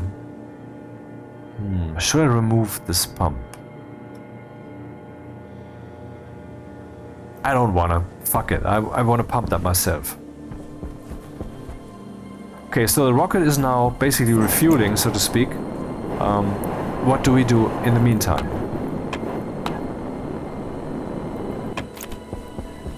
Let me check my list here.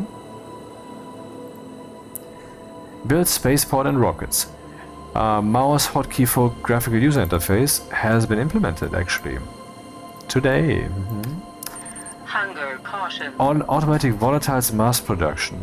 that would be a greenhouse of sorts. And since I haven't done much on the greenhouse in a long time, maybe that's indeed what I should do. Then I wanted to make a simple 1 by 1 by 1 cell airlock, except using the garage airlock code. What would be the difference? Well, Temperature low. oh, Temperature critical. I knew that something would happen, almost. Oh man, Oxygen low. minus 30 degrees. Oxygen critical. Temperature low.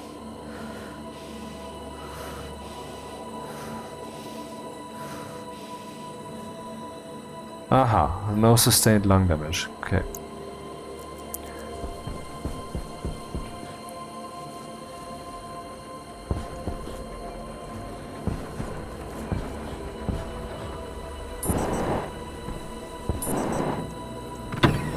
I've been working on that whole rocket project for so long, I actually currently have to look for projects. I know I have some, but I mean, if there's like 10 things you could do, then all of these are weakly saying, come to me, do me, from behind.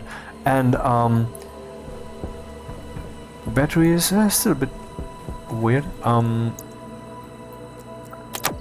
In other words, I'm not hearing any voice, because they're all calling to me at the same volume.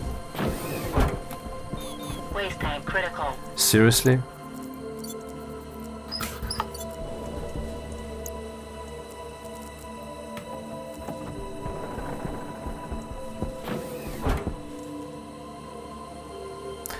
Yeah, these actually look pretty yummy, don't they? Biomass.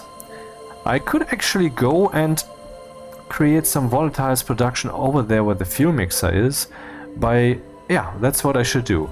Somehow I will get my hands on biomass, and that doesn't exist yet, I know, but I now have some biomass to actually test the end stage of such a facility, the end thingy. And can we make the arc furnace with this one? Yeah. Because that's what is needed. If I want to turn biomass into volatiles and such, then we will need an active vent.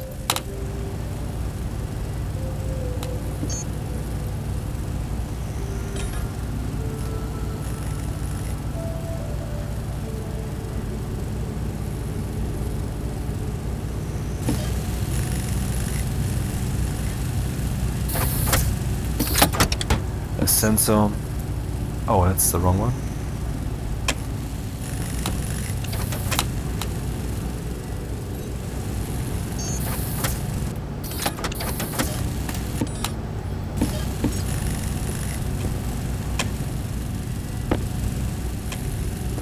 And then I will need some walls. I have some walls. Cables, I seem to also have enough. Would that still be the same cable network? Currently we're using 3000 watts, 3500-ish. Yeah, it's a bit iffy to also hang the arc furnace from that one. But okay, then the worst thing we get is a brownout, which is harmless, and I will notice that I can take measures. Because there's a transformer there, set to 5000. And its input side is a heavy cable, so nothing bad can happen. Kit wall. Then I will also need glass. Oh, I should actually print some glass, I see. Don't have too much of it.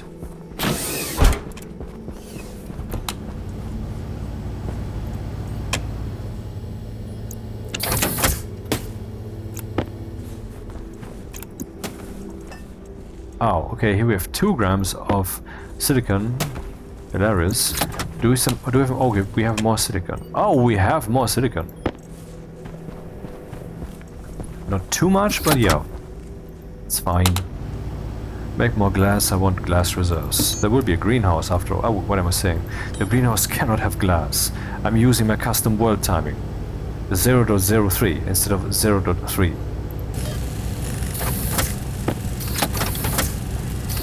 Maybe some frames. If I can take something more with me.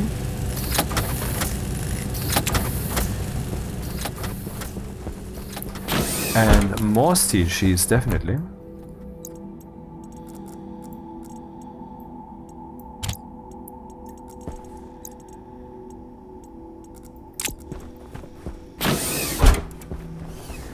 oxygen looking okay. It's not too awesome. Already done. Gah.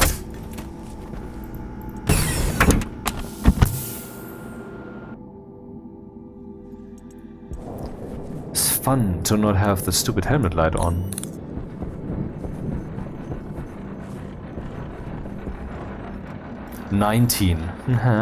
Almost 10 kilograms.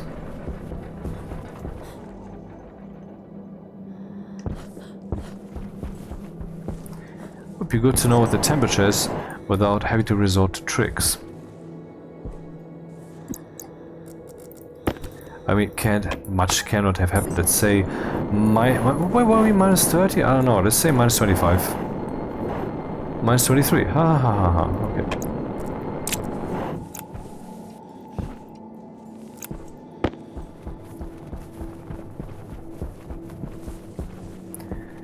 So we would have to have some source for volatiles, and the best source I currently have in hand is burning arc furnace and blah blah blah biomass. That's what could come in here. I might need a filtration device because there might actually be some stuff that is unbecoming that shouldn't be pumped in here, like pollutant or whatever.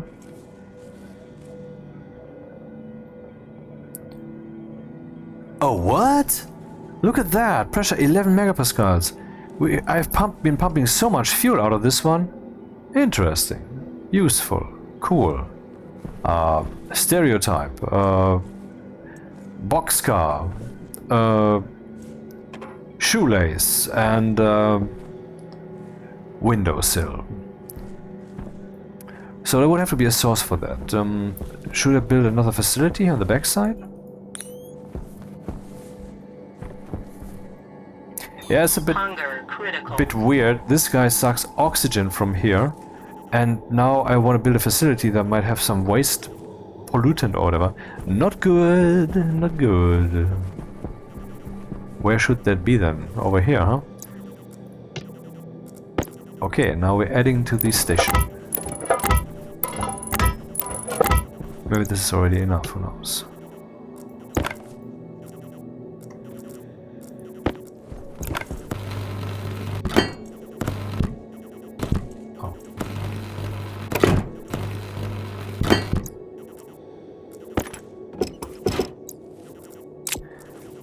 One of these... I need to dig here, man.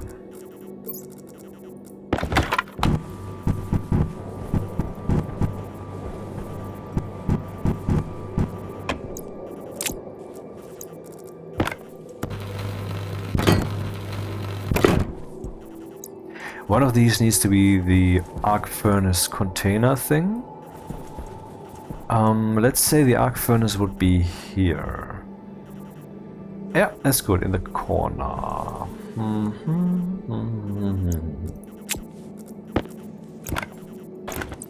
And then it would also produce some... where would the greenhouse be? On that side, I would assume. It would also produce some charcoal that goes this way. Here we have the filtration unit, and the volatiles would go that way. And the waste gas in this direction, I hope.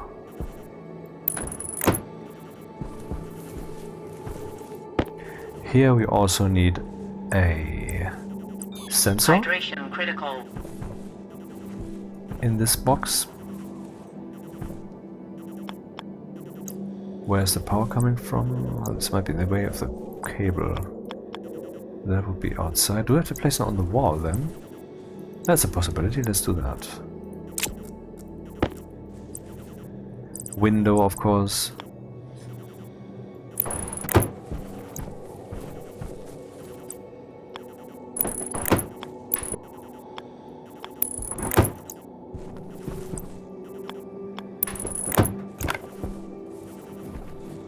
I wonder if I should put a door on one side.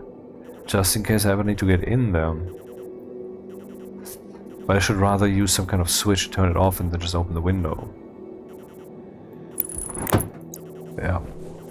That's more like it. Ah, crap. I need plastic sheets. Ah, crap. Okay, that's what I don't have. Or do I have that possibly right in here? I feel like making this a bit more humane.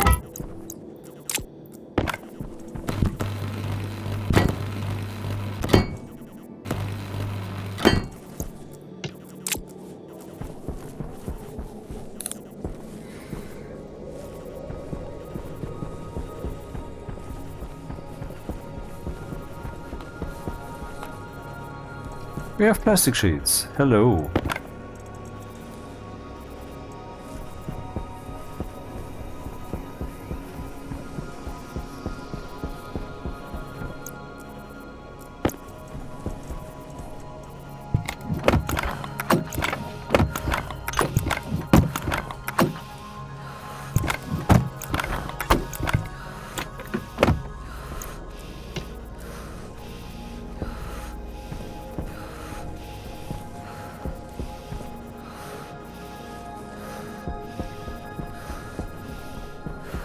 Guess I should feast, huh? I'm already taking damage.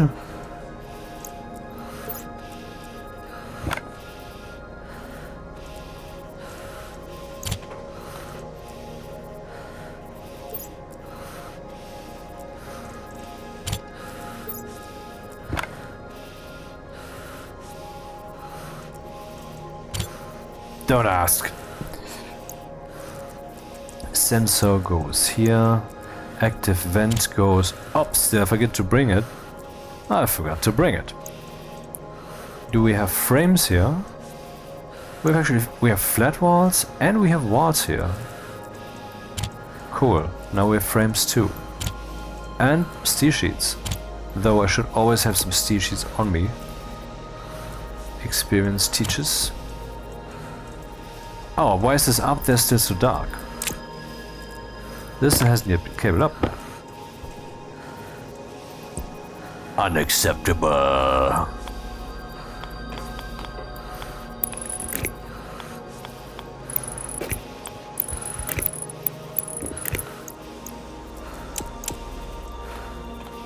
Aha, it's automatic. Good.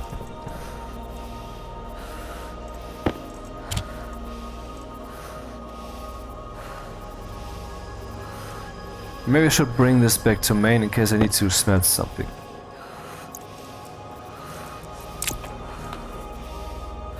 Yep, and also should bring a battery. Or two maybe. Let's print 2 large batteries.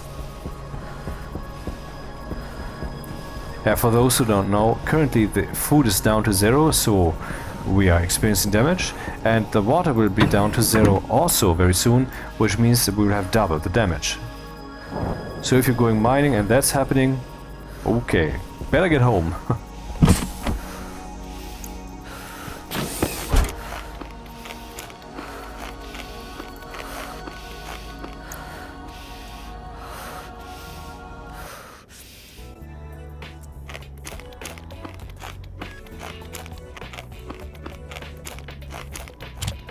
Maybe I should make it a point, I don't know if that makes sense, to change the music to some spherical stuff whenever we're outside and to some stuff like this when we're in the human environment. I wonder if this could, over time, establish some kind of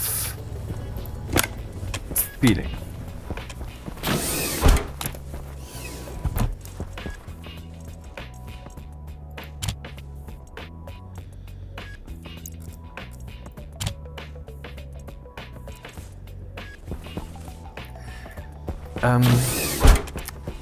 The active vent. Oh yeah, I made one and I didn't bring it. Soybean seeds. Whoa, the soybeans are done? Everything is done. Huh, don't mind if I do.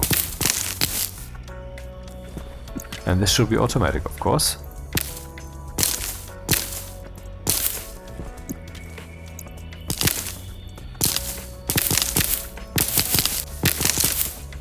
Some soybean oil, please.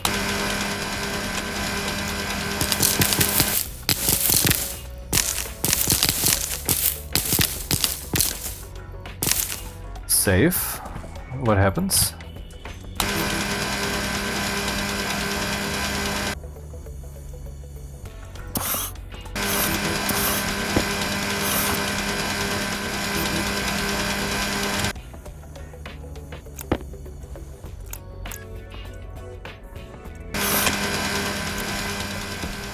Well, it doesn't get confused. That's good to know.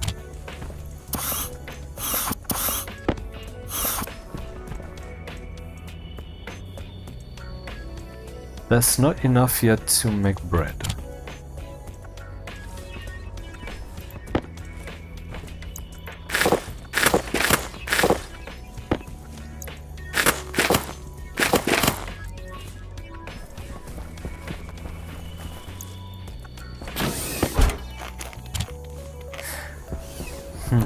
Let's go.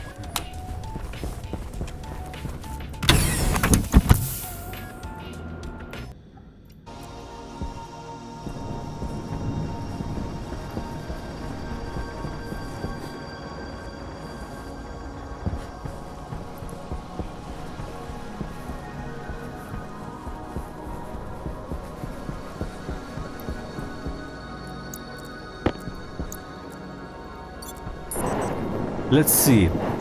-7. Oh, -15 still. Oh, okay. Really takes long. Lots of stuff. So alone, in here alone, we have 3,000 moles of volatiles, and we have some in this pipe still, 1,600 moles.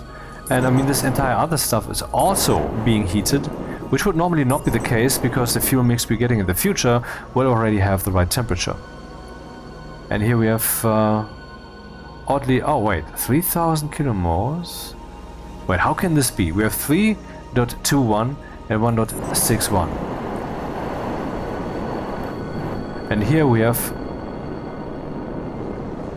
Yeah, okay, I was just misreading or misremembering. It's fine. Yeah, now I need the sensor and the active vent.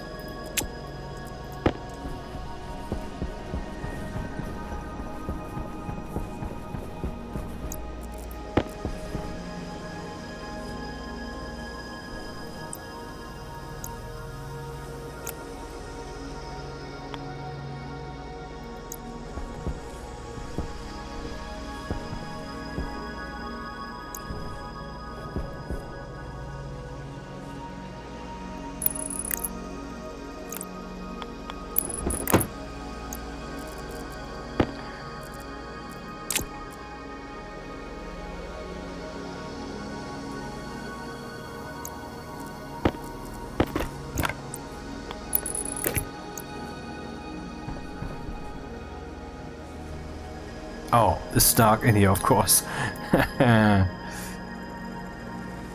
Oh, that's good.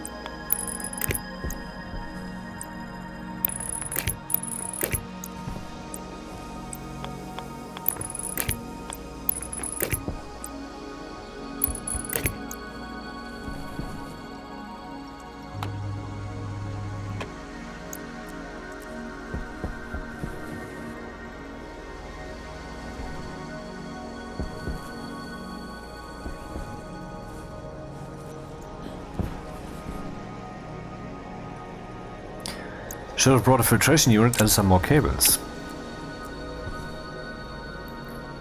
And when we have the filtration unit, what then? The filtration unit would be here, and it would react to there being pressure. And there might be a chip in it or not, I don't know. I guess this one doesn't have too many lines left, and I will need like 15, 20 lines. Definitely, I think. How much do we have left here? Oh. I mean, it's fine, but this is the end of it. So I will do that with a chip that is actually housed in the filtration unit.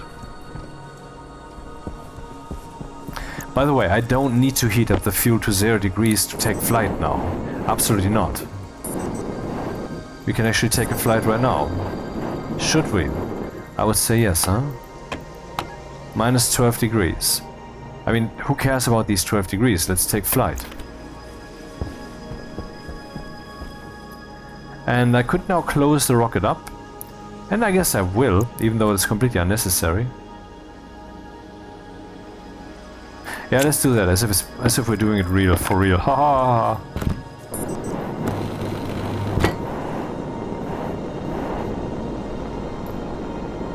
Anytime now. Ah, here we go.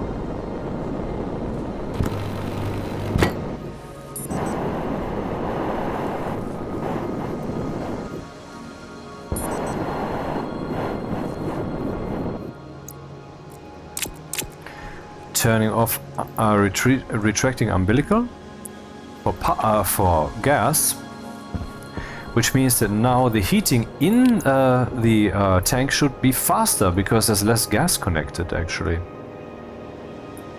Can we see the tank here? Yep, there's a tank. What can we see?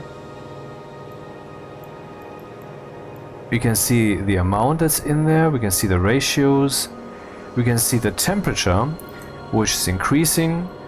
It's like minus 10-ish degrees, minus 11, because 273.15 is 0 Celsius.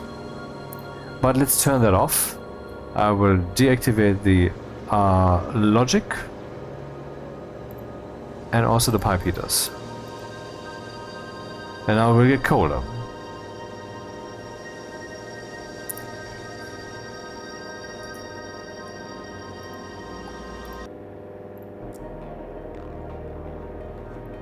Okay, let's turn off the automatisms, which I'm not a friend of.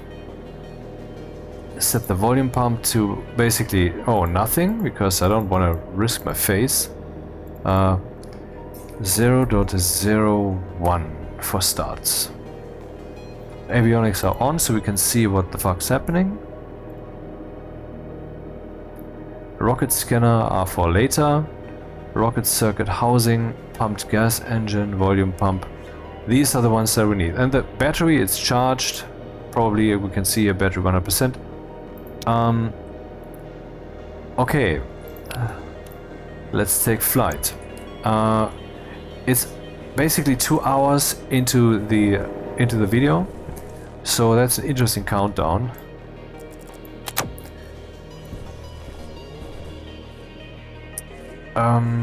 It would be cool to have some kind of countdown here, but okay, let's it's just a test rocket. Maybe I should put a ladder here or something.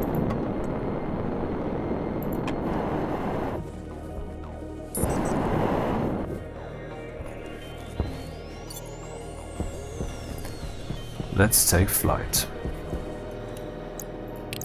First, the current location is the launch mount and the target location is Europa orbit. Let's clear that location. So currently we have no target. And so we can test fire the engine. I will turn the engine on, nothing will happen. And then we'll turn the volume pump on, and then something does happen.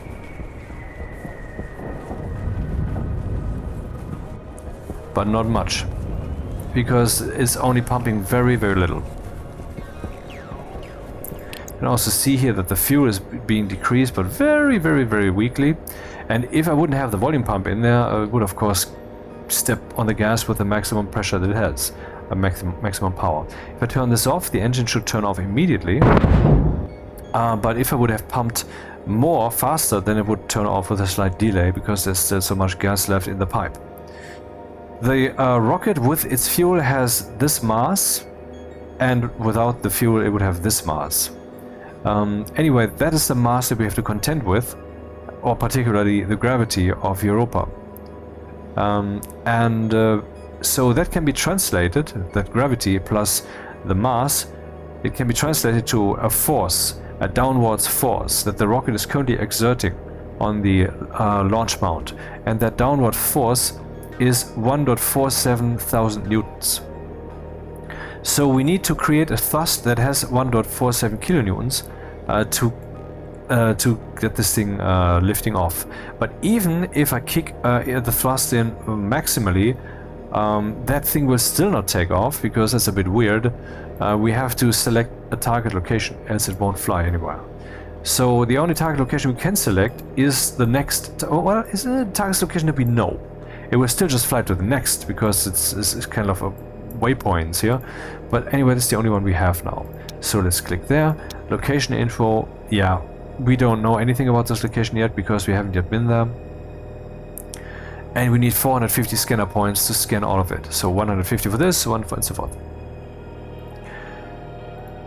So now the target location is Europa orbit.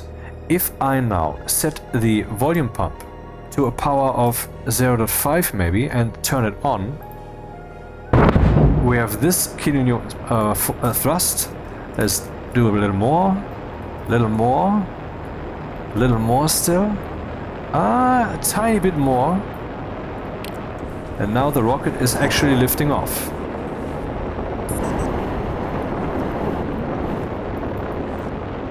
Very weakly, but it is.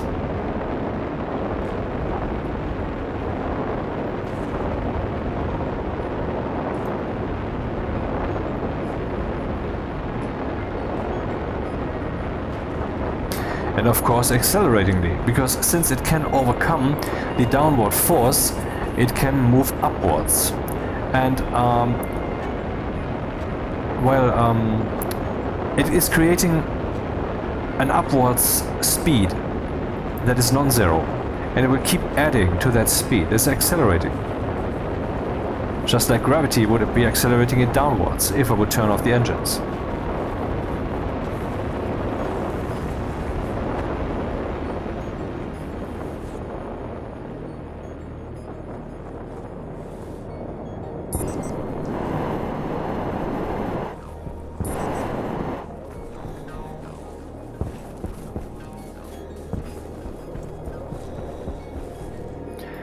The goal is not just to get this thing high in the air, but the goal is actually to accelerate the ground velocity, or whatever value is written here when we're out there in orbit and in space. The text here will be a different one. To get that to this speed. The height has nothing to do with it. Sadly, it's basically fake, and sometimes they will actually clash. Okay, let's turn the pipe up and see the pump up and see how much faster we can get into the sky. He is calculating how long we will take to get into orbit. Why this is counting up, I don't know, because we certainly have enough fuel to get there. So let's fly a bit faster then. 3 kilonewtons.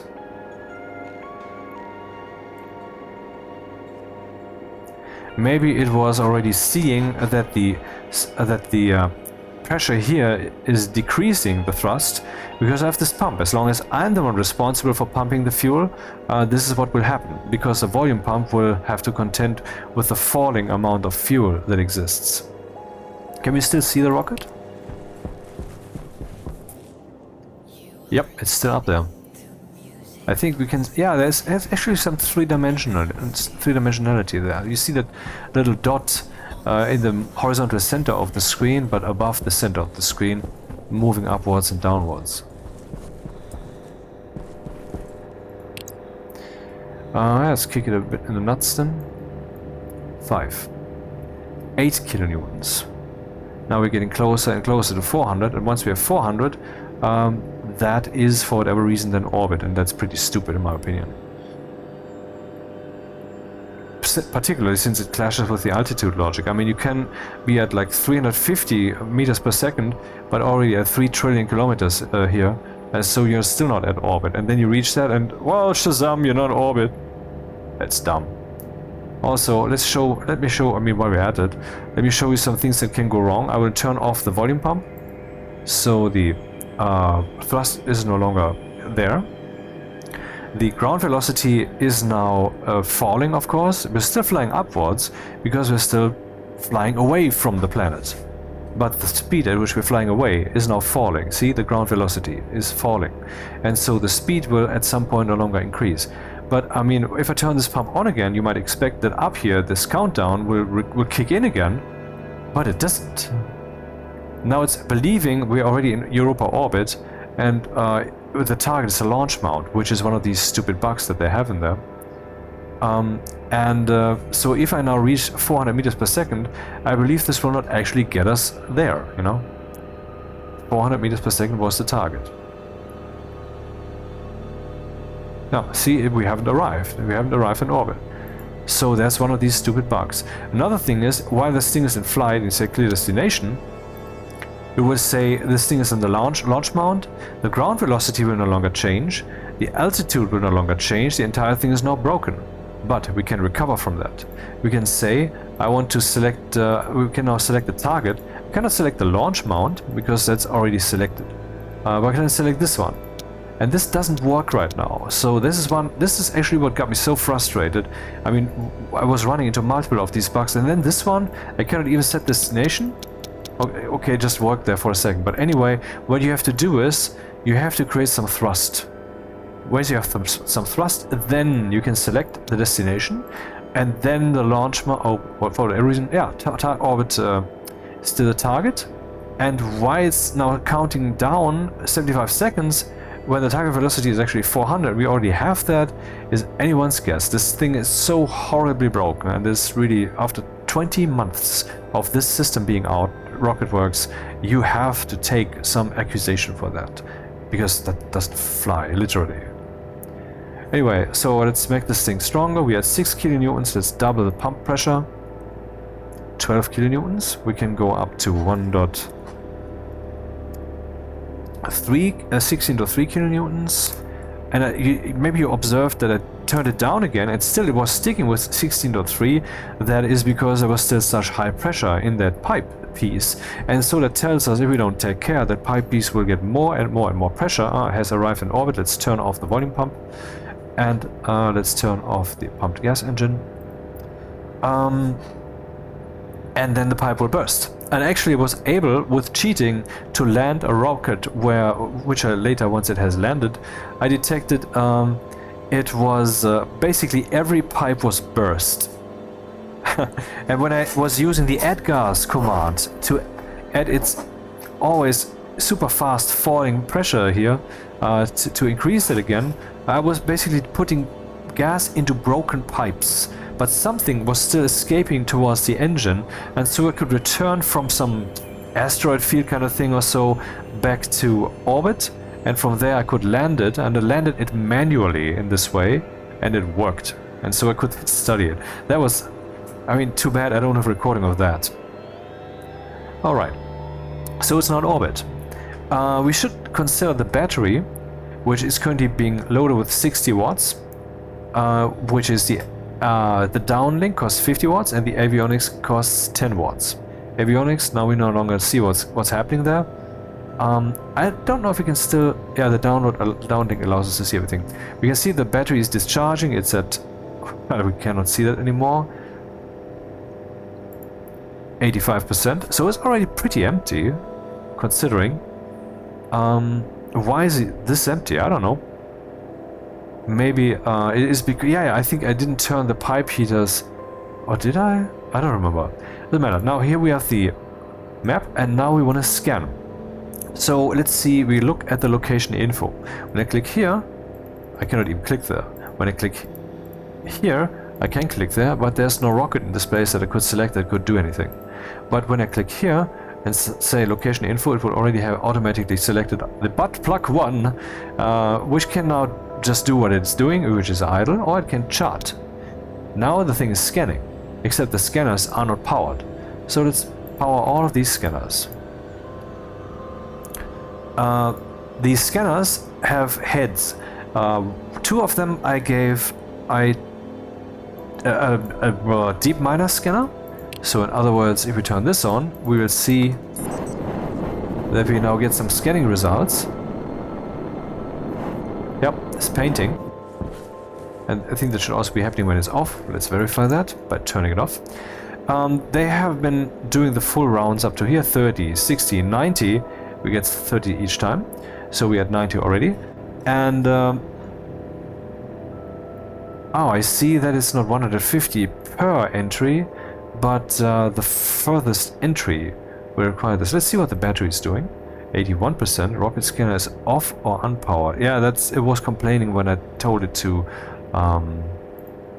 chart, and for charting it needs the scanners to do stuff. Now this will be 360 and then 450 exactly. Nice.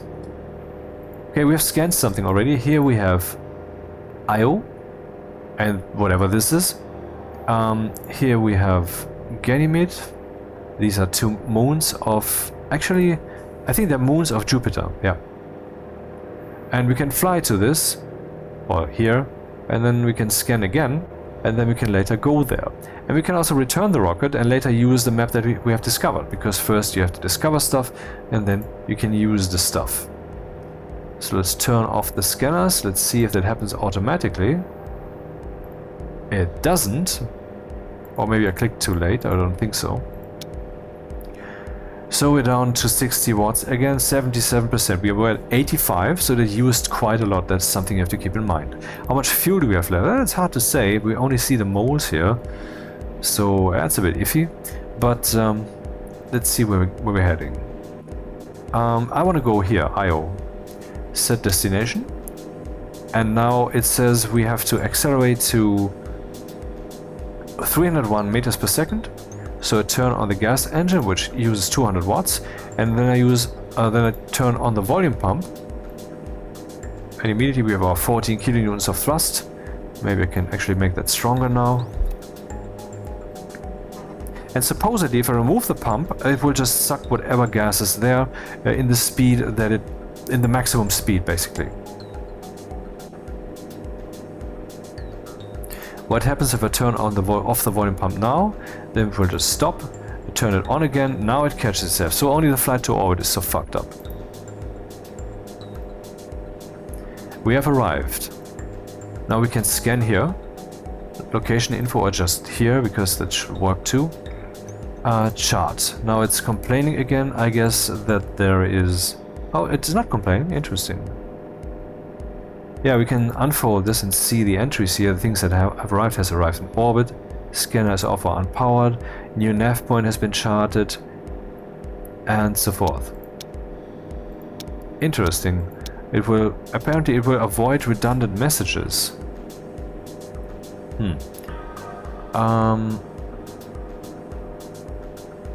Anyway, let's turn on the scanners then.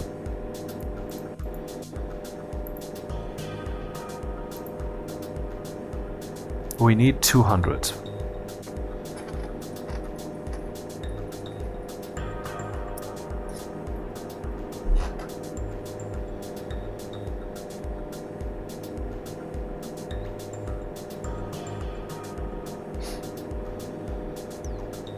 This will give us a 180, and so after that I can turn off 2 scanners to save battery. Because it would just be useless for all 3 of them to race to something that will no longer give us any meaningful score.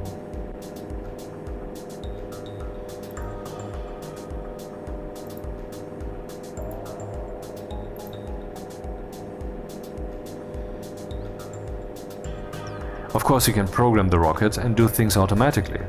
And to learn all of that, you first need to learn the ropes. And that's what I'm doing here. I'm learning the ropes and telling you what I know / find.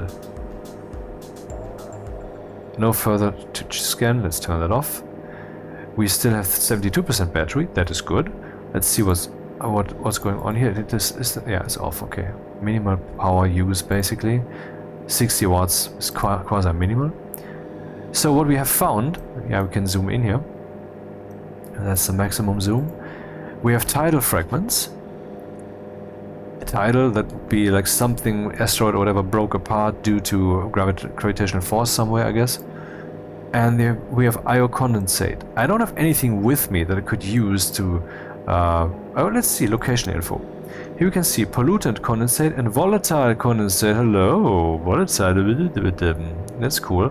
Composition: nitrogen, pollutant, nitrous oxide, volatiles, pollutant. I guess these 2 are for this. I guess these 3 are for this, but I'm not sure. Actually, if we consider line distance, probably these 3 belong to here, whatever. For that I would need some kind of gas mining head or whatever it is. I don't have that. And then here, location info, what's that? Here we have copper fragments, copper mining in orbit. That would be cool. I think that's one of the first things I should try, because I was really hot on getting copper at some point. And using the rocket to get that, instead of trying to find a deep miner spot or mining that manually, that would be cool. So then we have gold fragments, and gold is also welcome, and silicon also, and all of this is cool. I want to do this. In other words, let's fly home. And now we can just say, go to the landing spot right away. And by the way, you can also land somewhere else, so you can put some stuff in the rocket, because it has 4 types of umbilicals, and the 5th one is in the works by the developers. The 5th one for people, for crew, the crew umbilical. The crew module is already half implemented, and the other 4 types are gas, you have seen that, power, you have seen that, liquid, you haven't seen that, and chute. So we can put materials in the rocket, and then you can start here and then land over here. I don't know if this means that we can just fly 5 meters in the air, set land, and then say set land over here and click the button, then it will be there. I have no clue if this exploit is possible, and if so, then I will not use it. But I mean, anyway. So set destination. And now the rocket wants to go home. The transfer velocity is 0. We need 301 meters. I don't know. This is the same value that we had before when going from here to there. That's the same thing in the reverse direction then, I guess. Okay, turn the gas engine on and the volume pump. Now it's flying. Maybe I can crank up the volume pump a bit more.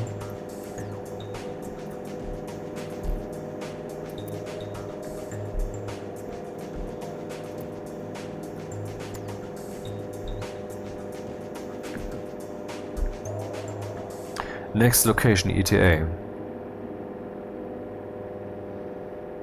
And now we'll turn off the volume pump entirely. Hunger, caution. And the gas engine too. Because we have a speed of minus 300 something. And now this thing is falling and falling and accelerating and accelerating and accelerating. And that's of course deadly. So what I need to do is I need to break this fall. Let's get a feeling of what that means. Turning on the pump. This one's counting down relatively quickly. But as long as this number is, well, high. This is a high value in principle. This one will fall very strongly, and if it falls very strongly, the rocket is dead. We don't want that. What thrust are we creating? Not the maximum that we could. Let's see what we can do with 2.5, 2.7. Okay, turn off volume pump because I want some downwards speed still. Let's go to 3. See, we're now falling very slowly, and that's annoying. I want to fall a bit more quickly. And the trick is, the suicide burn would be, that's the term that someone told me, is that if, well, if you're close enough to the ground, then you turn this thing on with full thrust, and then you will land softly. But you have to time that correctly, and that's tricky.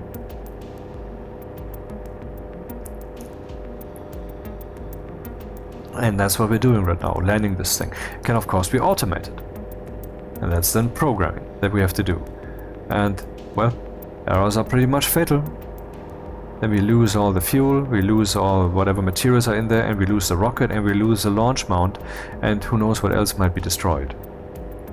Yeah, I think it's time to slow this down a bit.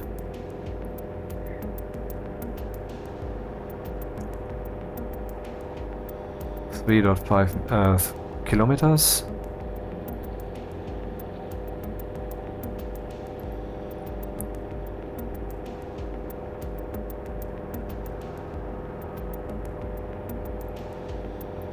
The next flight, I want to remove the volume pump so that we see what that is in comparison, what experience that is. 3.3, 3.7. Okay, let's make that 4. Oh, that is stupid. I left it on for too long. Now we're flying upwards, actually. You can see that here.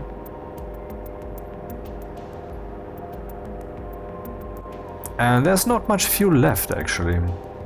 But I think we'll make the landing. No, only what just did here, of course, wasted fuel. So that's a demonstration how optimal use of the thrust in the right moment and so forth can save fuel. So the opposite of what I did here. Wow, still flying upwards.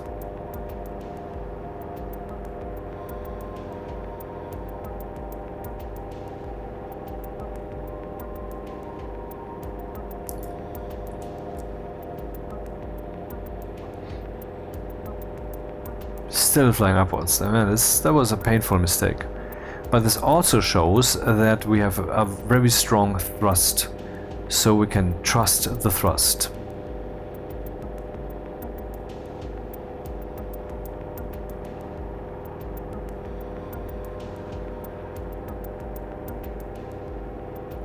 This is actually demonstrating what acceleration means. Minus 1.3 meters per second squared. Dap, dap, dap, dap, dap, dap. See, it's counting a little faster than the seconds.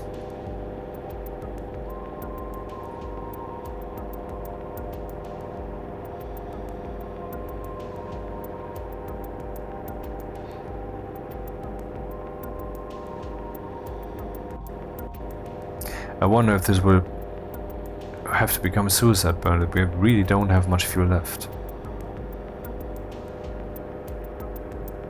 And I don't know if I can do one. Probably not.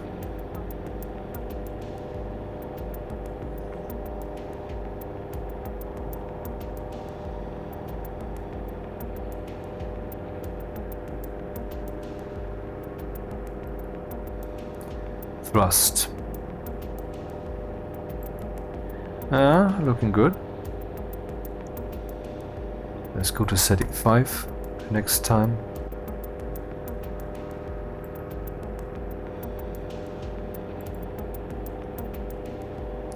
We can see the impact velocity that would result from this situation, which is still a bit high. We can hear the rocket.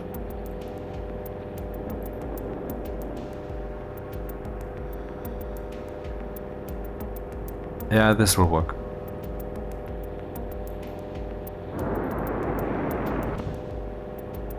Yeah, that was too much.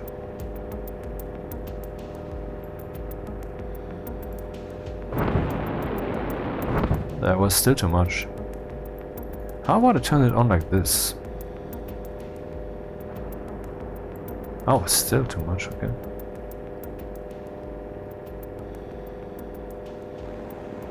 Too bad we can't see it in parallel, that would be nice.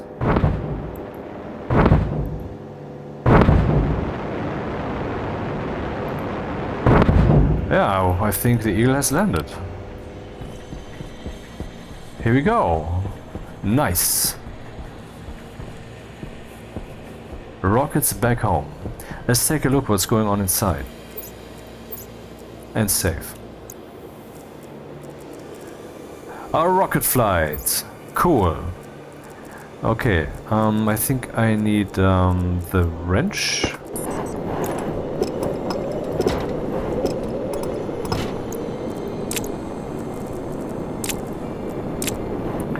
Let's see what the fuel is doing. I mean, it has been in the atmosphere for a while. Let's say we're at minus 20 degrees. Minus 15. So it's very moderate. Let me just turn on this guy again. And now let's see how fast the rocket battery dies. Which, by the way, is down to 58%. And now it's 57%. It's not meant to drive that. This is the smallest battery that a rocket can do. Maybe after all this, we should actually talk about the rocket construction itself.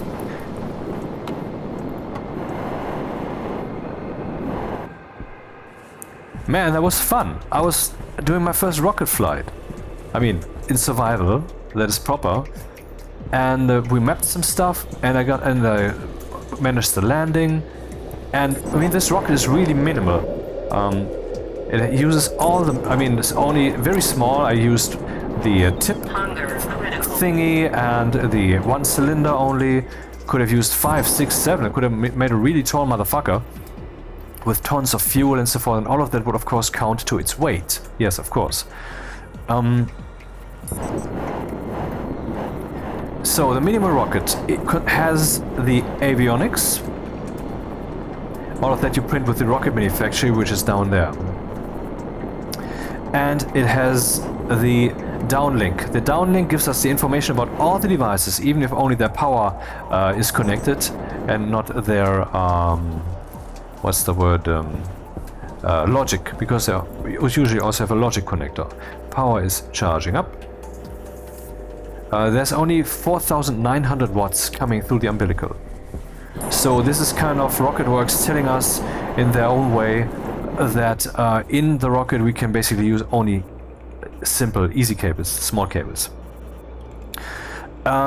So we need the downlink so we get all the information. We need the avionics so that we have this information about the height and so forth. And I don't know what else they're also doing. For example, when I turned the avionics off, I couldn't see how full the battery is, except by clicking on the battery itself, because the downlink was still telling me that, and I was still under these things were still under control. I can turn the battery off. That's the exact green switch that you also see in that menu that we just saw there in the rocket controller. So that's what you need. And what you also need is the power umbilical, which has two parts. Has this part and it has this part. Hydration critical. And this thing will horizontally slide automatically to this or this position, because this is a 3x3 grid, so we have 3 horizontal positions wherever you have placed this. But it needs to be on the same vertical location, else this doesn't work. And then this thing will get power if the other side has power and is turned on, and if the umbilical is extended. So the battery will be charged, and so on this side we get 4,900 watts. And this is a battery that's exactly half as big, power-wise, as the small station batteries, of which I have a bunch over there. You have seen them. These also come in a double size, which is then exactly indeed like these small station batteries. And what you can do, for example, is have one of these tall ones here and here and here and here, and point this thing, the logic connector, to the middle. And you don't quite need the logic connector, except if you want to control your rocket with chips. If you want to do something with logic chips, if you want to do something with logic chips in the rocket, motherfucker, then you have to connect the logic. If you're just using the downlink and the screen down there, then you can do everything just with a power connector. And this is very cool, this automatic thing and so forth, and all of it is meaningful. This one is heating the fuel, so it doesn't freeze, so it doesn't destroy, so it doesn't cool down too much and destroy the pipes. We want to stay at 0 degrees Celsius, roughly. What else is there? Well, then there's of course the engine. We have 4 types. We have 2 gas types and we have 2 liquid types. This is the pumped gas engine. There's also the pressure-fed gas engine. And as I now believe to know, I'm not entirely certain yet, we will test that in a few minutes, the pumped gas engine has its own pump. So we don't actually need to use our own volume pump there. The pumped liquid engine, I would say, is the same thing. Just need to feed it liquid, of course. The problem is you have to make sure that the liquid is pre-mixed. And I'm not sure what role the temperatures might play there. I'm not sure. Like, what if both are liquid, but one of them is warmer? I don't know. Anyway, and there's also the pressure-fed gas engine and the pressure-fed liquid engine, both of which have 2 inputs, because there you have to give the mixture volatiles and oxygen, or volatiles and N2O, liquid or gaseous. All of that is your choice. I mean, it depends on what engine you're using. I mean, you can use both different fuel types with all 4 engines, but you can only use the gas form for the gas engines and the liquid form for the liquid engines. Yeah, so you would need to pump the 2 components yourself into the pressure-fed gas engine. And actually used a pumped...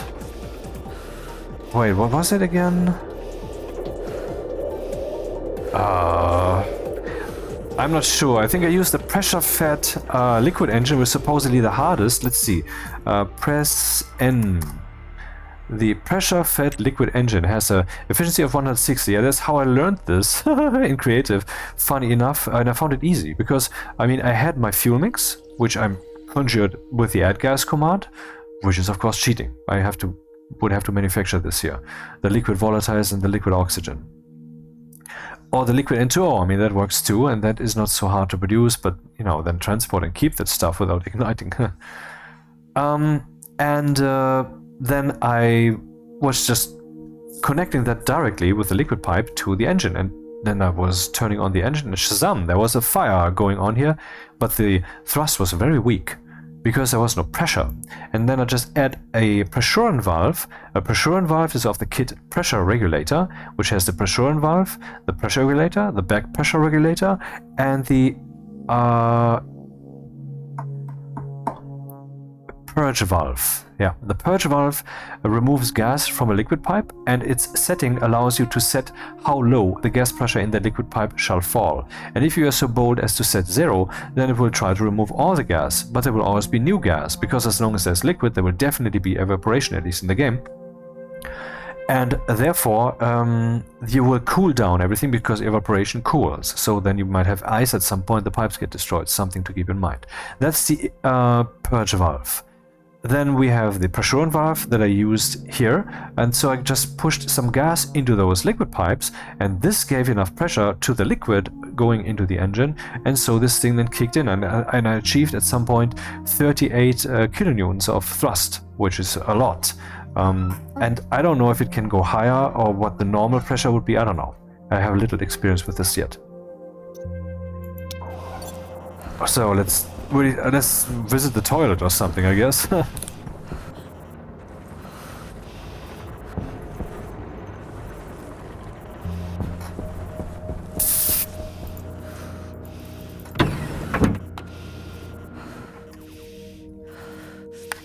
mean, it's pretty late and I would have to shut this down now, but I want to find out what about the copper. This is just too important not to know.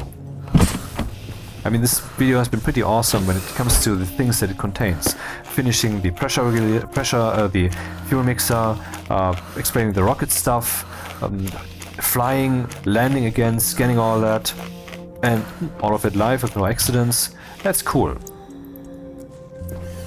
Then there was something about oxygen, I believe. Yeah. Air tank critical. That one is full. Let's see what the oxygen is in here. We have 32%, so that was actually filled up again by Mr. Dude here. We are propellant, not right now.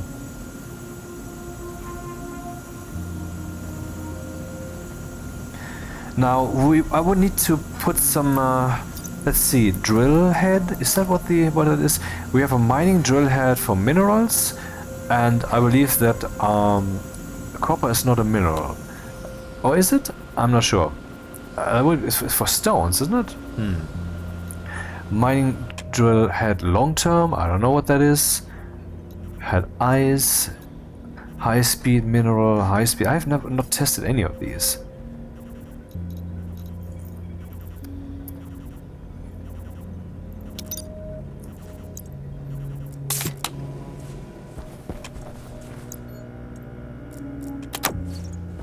So, to the rocket then. Next step I think should be refueling.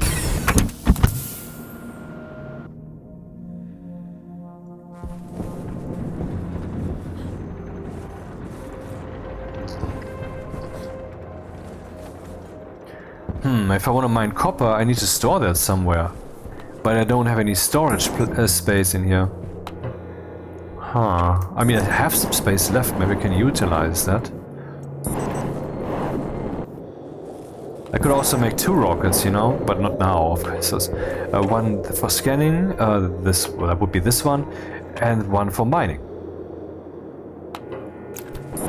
Anyway, how much pressure do we have left in here? 5 megapascals, and in the beginning we had 41-ish megapascals. Okay then, fill it up again, baby.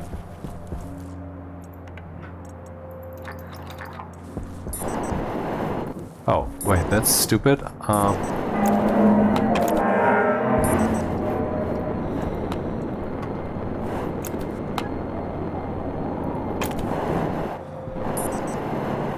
Yeah, it should not be so manual. I should automate things more, have central switches and such. Pressure is increasing. Temperature is decreasing. Both of these guys are on. Yep, like they should be.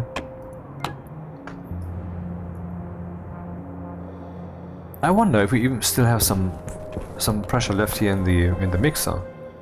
It's falling down, which means that soon we will be able to measure the mixer's behavior when the pressure is very low, which is when it gets a bit unfair. Let's see what happens.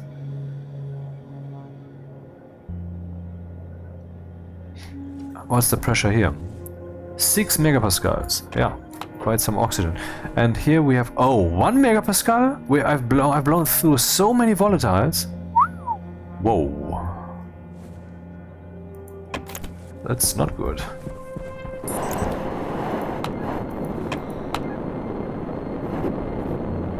Pressure is still increasing, but only very little.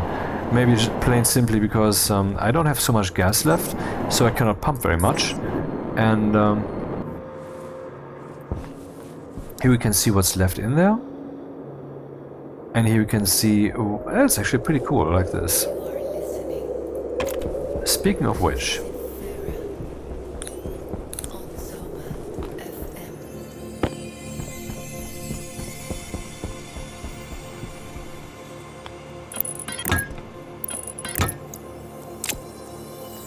...37 megapascals.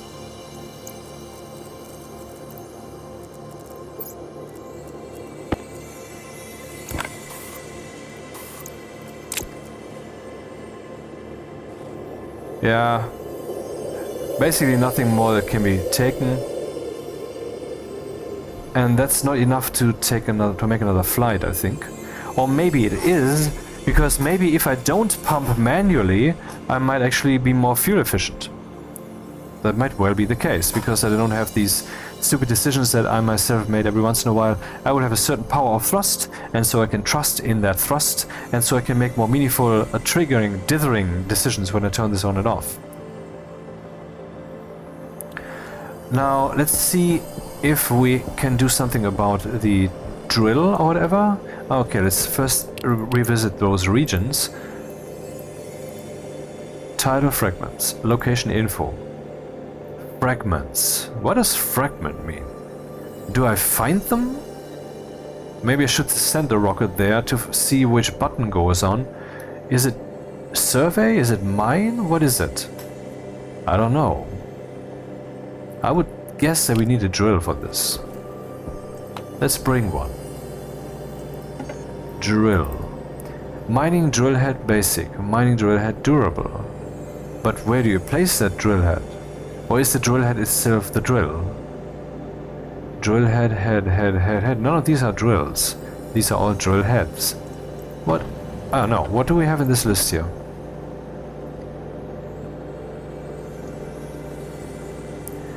Deep scanner head. That's actually... I have two of these. Oh, yeah. Okay, it turns out that if this computer with its map motherboard is not turned on, then the deep miner heads, the deep scanner heads being on, doesn't give us anything. So this guy needs to stay on. Okay, good to know. There's access bridge, avionics, chute umbilical. I talked about this. Fuselage. This is so just the tip of the thing, or some cylinder, or the engine mount. Not the engine mount. The thing where the engine itself. Yeah, actually the engine mount. The rocket mount is below the entire thing. Gas umbilical, launch mount, yep. Liquid umbilical, power umbilical, pressure fed gas engine, pressure fed liquid engine, pumped gas rocket engine, pumped liquid engine, yep. Rocket atmospherics. Actually, I don't know what this one does. Let's make one. And meanwhile, keep looking. I mean, it sounds like a thing that would probably be useful. Rocket battery we know now. Cargo storage, that is something that we would need, I think. If you want to take something with. Rocket celestial tracker. Yeah, that's would be useful to find where the sun is or whatever, and that these coordinates can then be used, that we can give them to a telescope that we can actually create down here. So there's a rocket gas filtration. There's a gas collector. Okay, that's what that is. Gas collection, gas. Let's start at the bottom. Small transformer rocket. Stairwell? What the fuck? I guess that's for the landing tower thingies, not for inside the rocket. Rocket scanner. I certainly have that already in there. Rocket miner. Ah, here we go. That's the one I definitely need for this. Then we have the liquid fuel tank, the launch tower, the gas fuel tank, which is obviously in there. The data link. Yeah, it's called data link because this kit has the uplink and the downlink. Then we have the rocket circuit housing, which you have also seen in action. That's where the chip is housed. And the celestial tracker, yeah, that's it. So it's basically only very few parts, but I mean the whole that you can make from these parts is very emergent. They have seen to that. Rocket storage small. I wonder if the miner has to be connected to this with a chute. This looks like something that I cannot put on the rocket as it is, because it's just too big. I would have to add another fuselage, another section of the rocket. Then the rocket would of course become more heavy, and then we would have to think about more fuel, make a bigger fuel tank, you know. So all of that has to be considered, and that's fucking fun. Rocket miner. Well, let's see what that does. I cannot use the mouse wheel order. I think below there we see some kind of chute exit. So that sounds like... Yeah, I don't think we can do this, but let's see what that would do.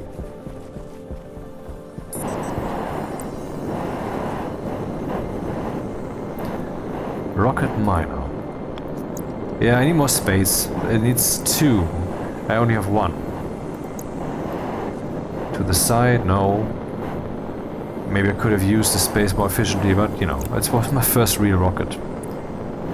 Cargo storage small, also needs more space. So if you want to go there, actually, we do need to make a bigger rocket, and so we need more fuel. I guess now all the fuel has been depleted. No, still not, motherfucker.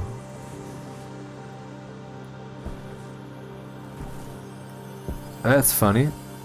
The sun is here. No, it's not. The sun is here. No, it's not. I mean, I would report this as a bug, but right this very moment I'm a bit disillusioned when it comes to rocket works and bug fixing. Because the list of bugs that I have been posting recently was long, and other people also keep posting bugs. I mean, the amount of bugs they need to fix. The next thing that we need is not new stuff. We need this stuff, but fixed. That's what we need.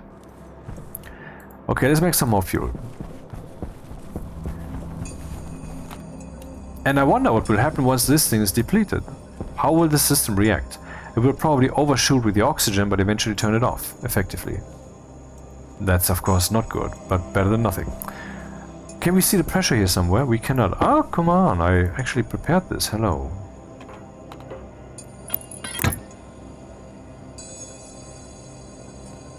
This is white? It's white, right? Yep.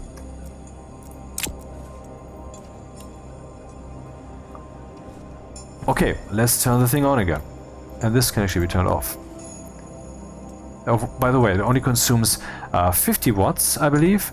The wall-mounted version of this consumes 80 watts. And both the computers, the classic one and the modern one, you know, the old ones that we both know, they consume 200 watts each. I'm just thinking, is this really the moment? Save, yeah.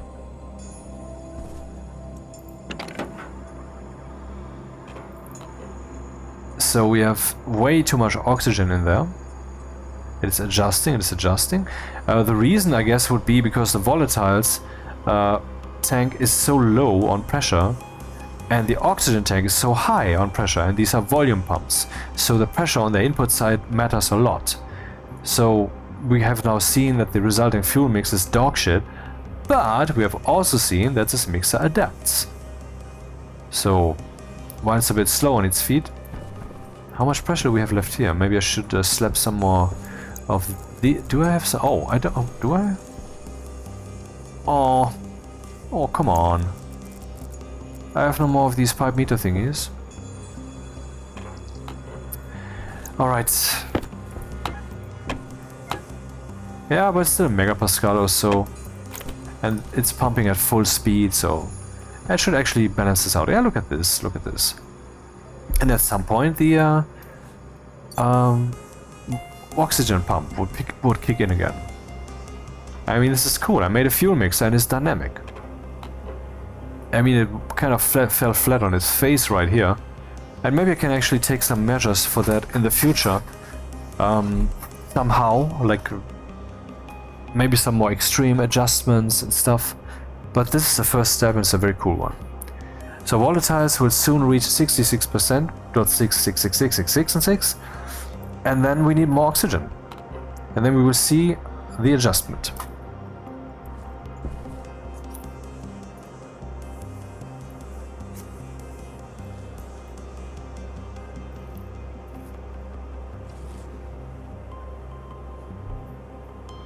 And now, we need more oxygen.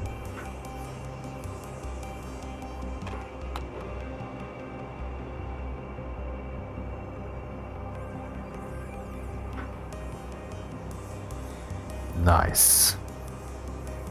What's the mixture? A bit dancey. Understandable now that the pressure of the fuel mixer content is so low. The higher it gets, the less dancey the numbers. Because the harder it is to change the ratio situation. The more inert the ratio is. An automatic fuel mix that adapts. Cool, cool, cool. Well, enough of this. I mean, the mixer is good, isn't it? Oh, the mixer is good. So, let's fill up the rest of the rocket. And be careful when we do it, because now we have more pressure. 40 megapascal, in fact. Oh, look at that.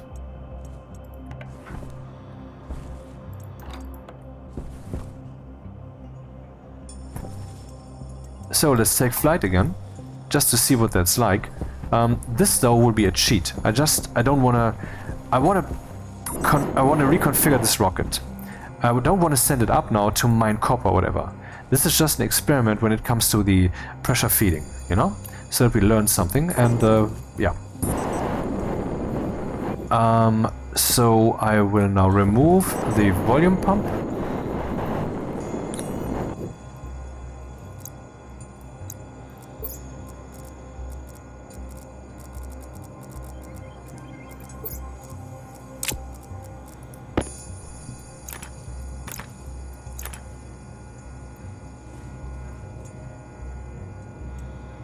Not so easy to get there.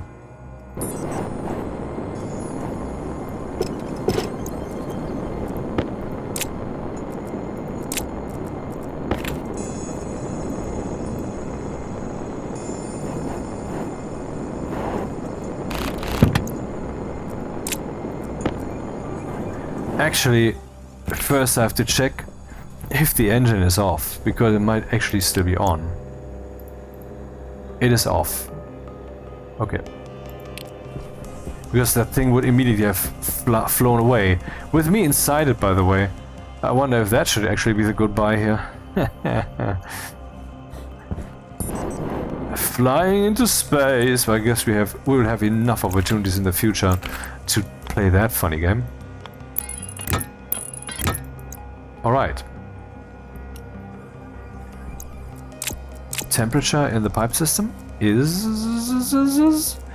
Does it matter?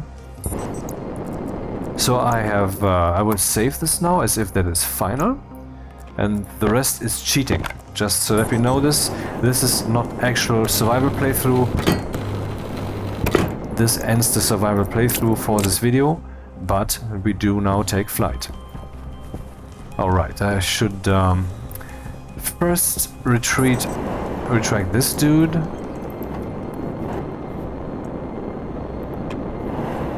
I don't know why I turned it off, it's a power saving, I guess.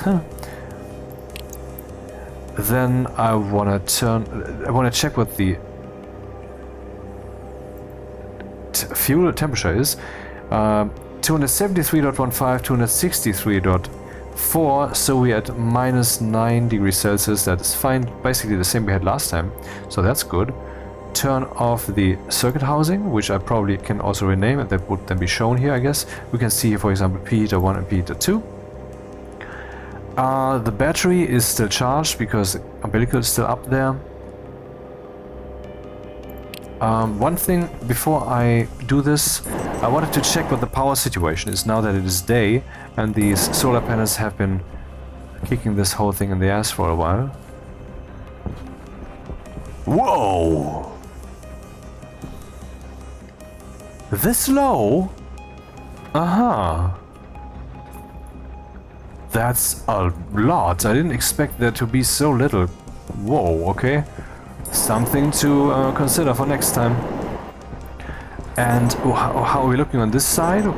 Has this section of the station recovered from my shenanigans? It pretty much has 3 quasi-full batteries. Okay, time to send this rocket into space and see how well this does. Then I aim to fly to the copper stuffs and see what that looks like, and then I will try to fly home again and land and see how hard it is this time, and that ends the video. Right, let's turn off let's retract the power umbilical. If you don't retract the umbilicals themselves will be destroyed, but the rocket is undamaged, including its umbilicals. Is at least my experience so far. Okay. Into orbit we go. Actually, I could fly to Io right away, huh? Could I? Should I?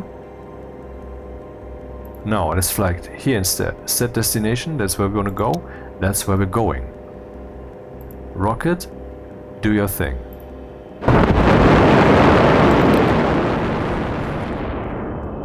Yeah, that's what 16 kilonewtons of thrust get you. See, it's this engine, the pumped gas engine, means it pumps itself.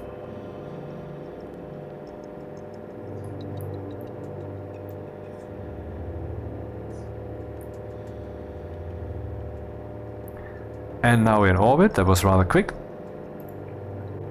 And from here we continue to Io. 17 seconds. Battery is 98%. And from there we continue to the tidal fragments field. And then let's just see what the auto shut-off does. Currently battery is on, gas engine is on, avionics are on. 5, 4, 3, 2, 1. The gas engine was turned off. Now we're here. And now we can say discover. Let's see what that does. Aha, scanner. We need to run scanners here. Interesting. Let's scan, I would say. All 3 are scanning with a strength of 30 for each filling. How much do we need? I don't know. What is this here? I've never seen this. Total points required to discover a new location. Discover. Oh, I'm in a place where I can discover new places. Oh, so that would continue then, all directions or something. I need 100. Okay, I'm currently wasting.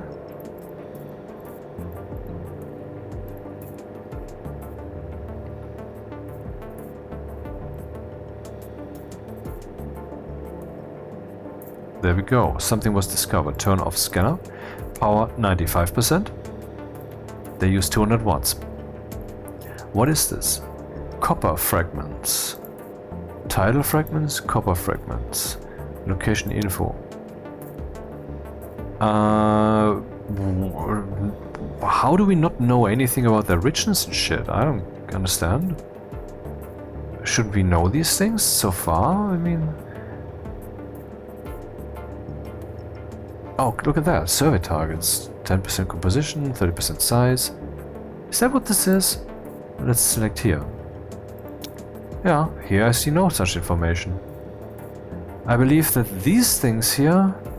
Oh, I think I know now. It might be that this is kind of the hub for these things. I am not yet at these things. Here I can discover these things. So let's discover again, I would say.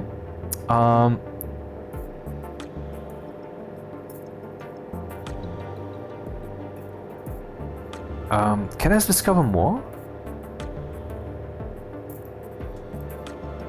Oh, it's still scanning, so the answer is yes. I guess we will then also discover the silicon fragments and the gold fragments.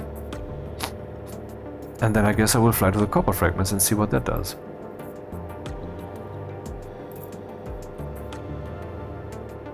I wonder what happens once we reach 100. Am I currently wasting power by letting all three of them run? Or will we continue scanning for the next thing? And there we go. Aha, it's still doing that. 60. And now we can turn at least one off.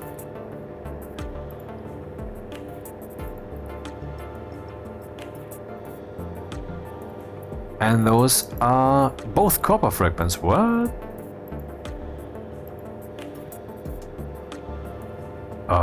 Okay, apparently I can just keep discovering here. Well, let's turn all of them on then.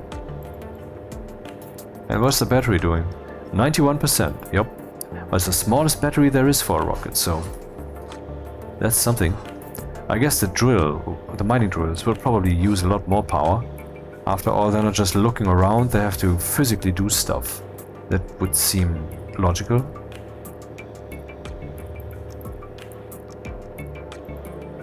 So here we have copper fragments, and here we have gold fragments. Copper fragments again. About this location, we can see a copper fragment size 2 to 4. Maybe that's exactly what this is. And the density per field, I guess 2 to 5. Let's see. Density 60%. Or am I mistaken about the meaning here?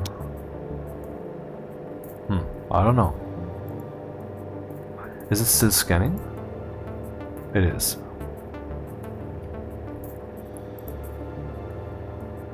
It is still discovering stuff, that's the question. I think so. Gold fragments, copper fragments.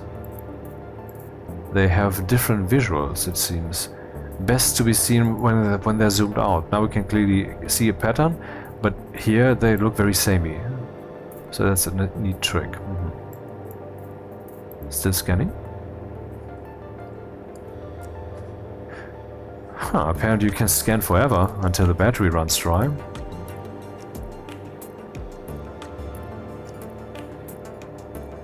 Oh, we can see over here what can be discovered, I think. No.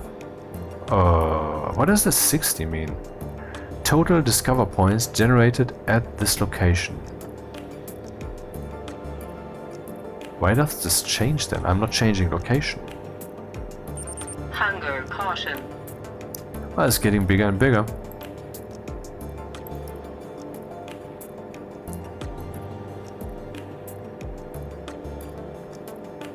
Apparently this is a serious flight, not just one where survival ends. Huh. Maybe I should have spray painted that pipe cowl.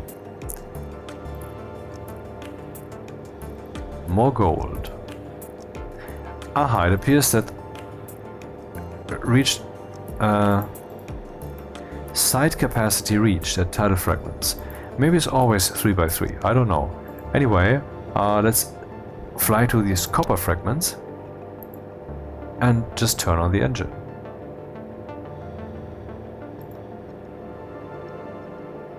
"16 kilonewtons of thrust, 15 seconds. I just wonder what the temperature is of the tank. Temperature 263, so -10. Yeah, that's fine. Pump gas engine will not turn off. Rocket scanner have also been... Wait, what? I'm not sure what I just believed to have seen there. So now we're on location, and now we can survey and mine. I wonder what survey does. Survey. Guess what? It needs the scanners. So I guess you have to bring quite some battery, huh? I wonder, maybe the next rocket I should try to build is a Saturn V. Like the biggest fucking rocket I can possibly build. Though that would take a crap ton of fuel. And since I don't yet have the... Oh, look at that. Experience to really deal with this thing, I would then waste a lot of that fuel. Because I would not be using the rocket efficiently. But on the other hand, it would also be good to have two data points. The minimal and the maximal. And so that, I mean, it would not be the maximal, and this rocket can possibly also still be minimized slightly without the scanners, and who knows, maybe it can actually make only the tip or just leave the tip out completely. I don't know. What is it still doing here? Is it doing something meaningful? 180, what is it saying? Oh, that's the amount of survey points that I have generated here at this location. Uh-huh. Yeah, but what do they do? Do I gain anything from it? Let's see. Does this line change?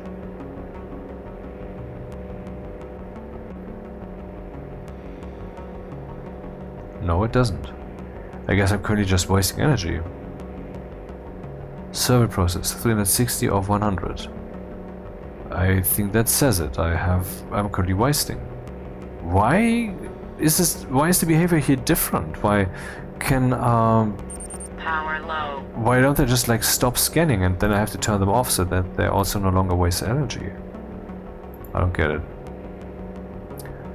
Okay, and then we can say mine, and then it says this rocket has no mining device. Obviously it doesn't. I would say let's go land again. Set destination. Turn on the gas engine.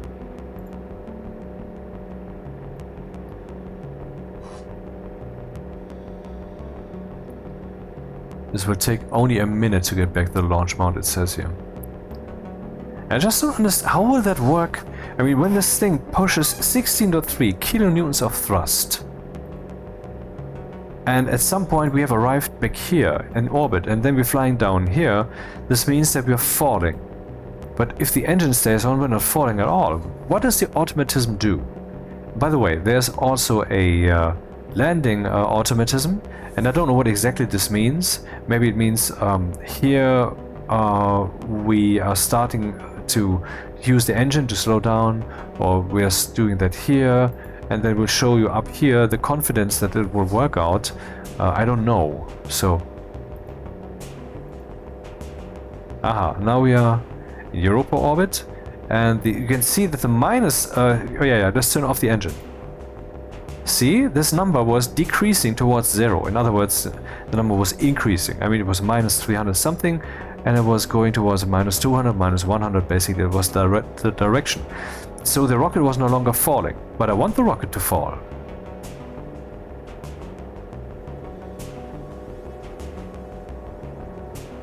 Impact. What would that say if I fire up the engine? Aha, descent arrest. Ah, okay, it's not bad. 300 meters per second. I mean, with 16 kilonewtons of thrust, we should be able to catch this easy.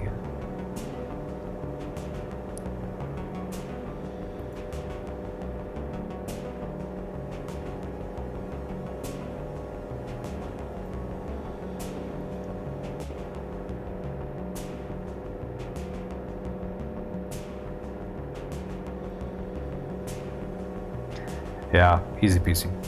That'll work. Except if I don't know, if I just get a heart attack right now, then it will not work. Well, that's unlikely. I am the heart.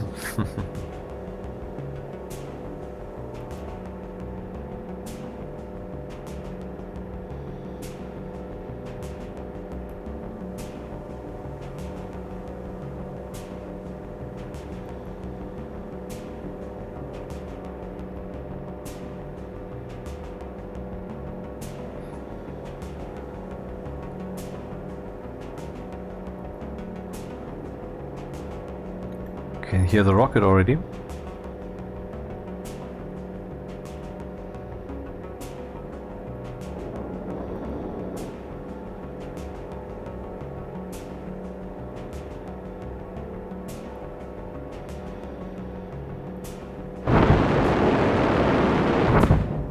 Yeah, okay, great. Now it's flying upwards again. Would be nice if I could throttle this here. Maybe I can put something... that would always separate the pipe networks. I'm not sure about that. I have to do that later. I mean, I don't want to destroy the rocket, so I'm too careful. But, you know, better than the opposite.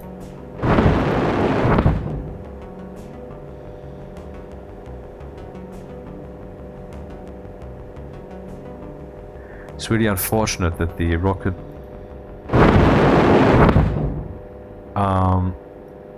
that the drive is so brutally strong all the time.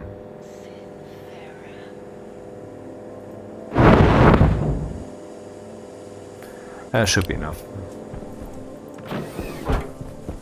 Or is that too strong? Ah, it worked out. Hello, hello, hello, we landed. Let's Hunger critical. investigate the rocket. Didn't I fucking eat just now?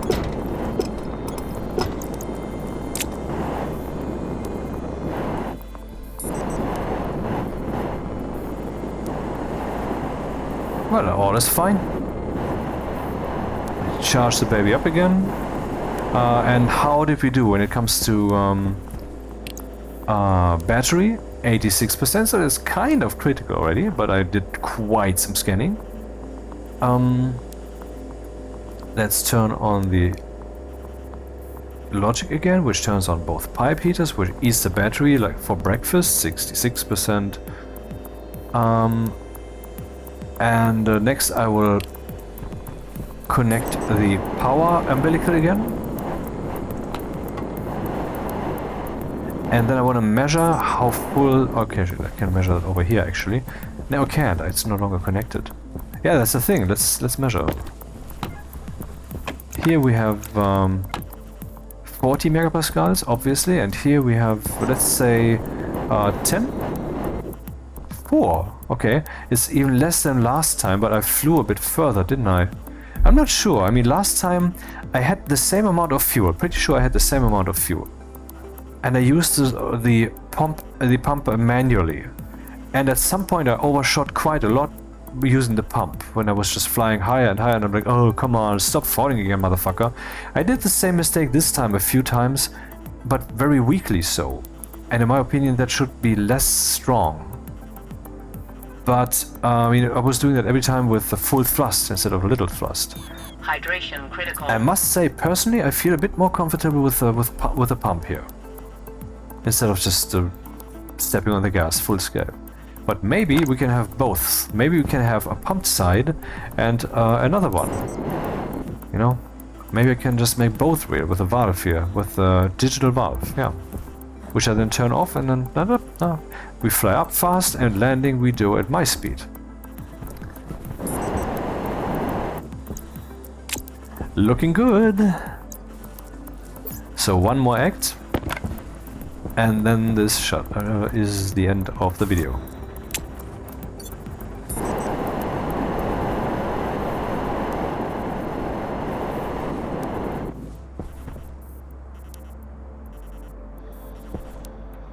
Rocketry. See you again in episode 23.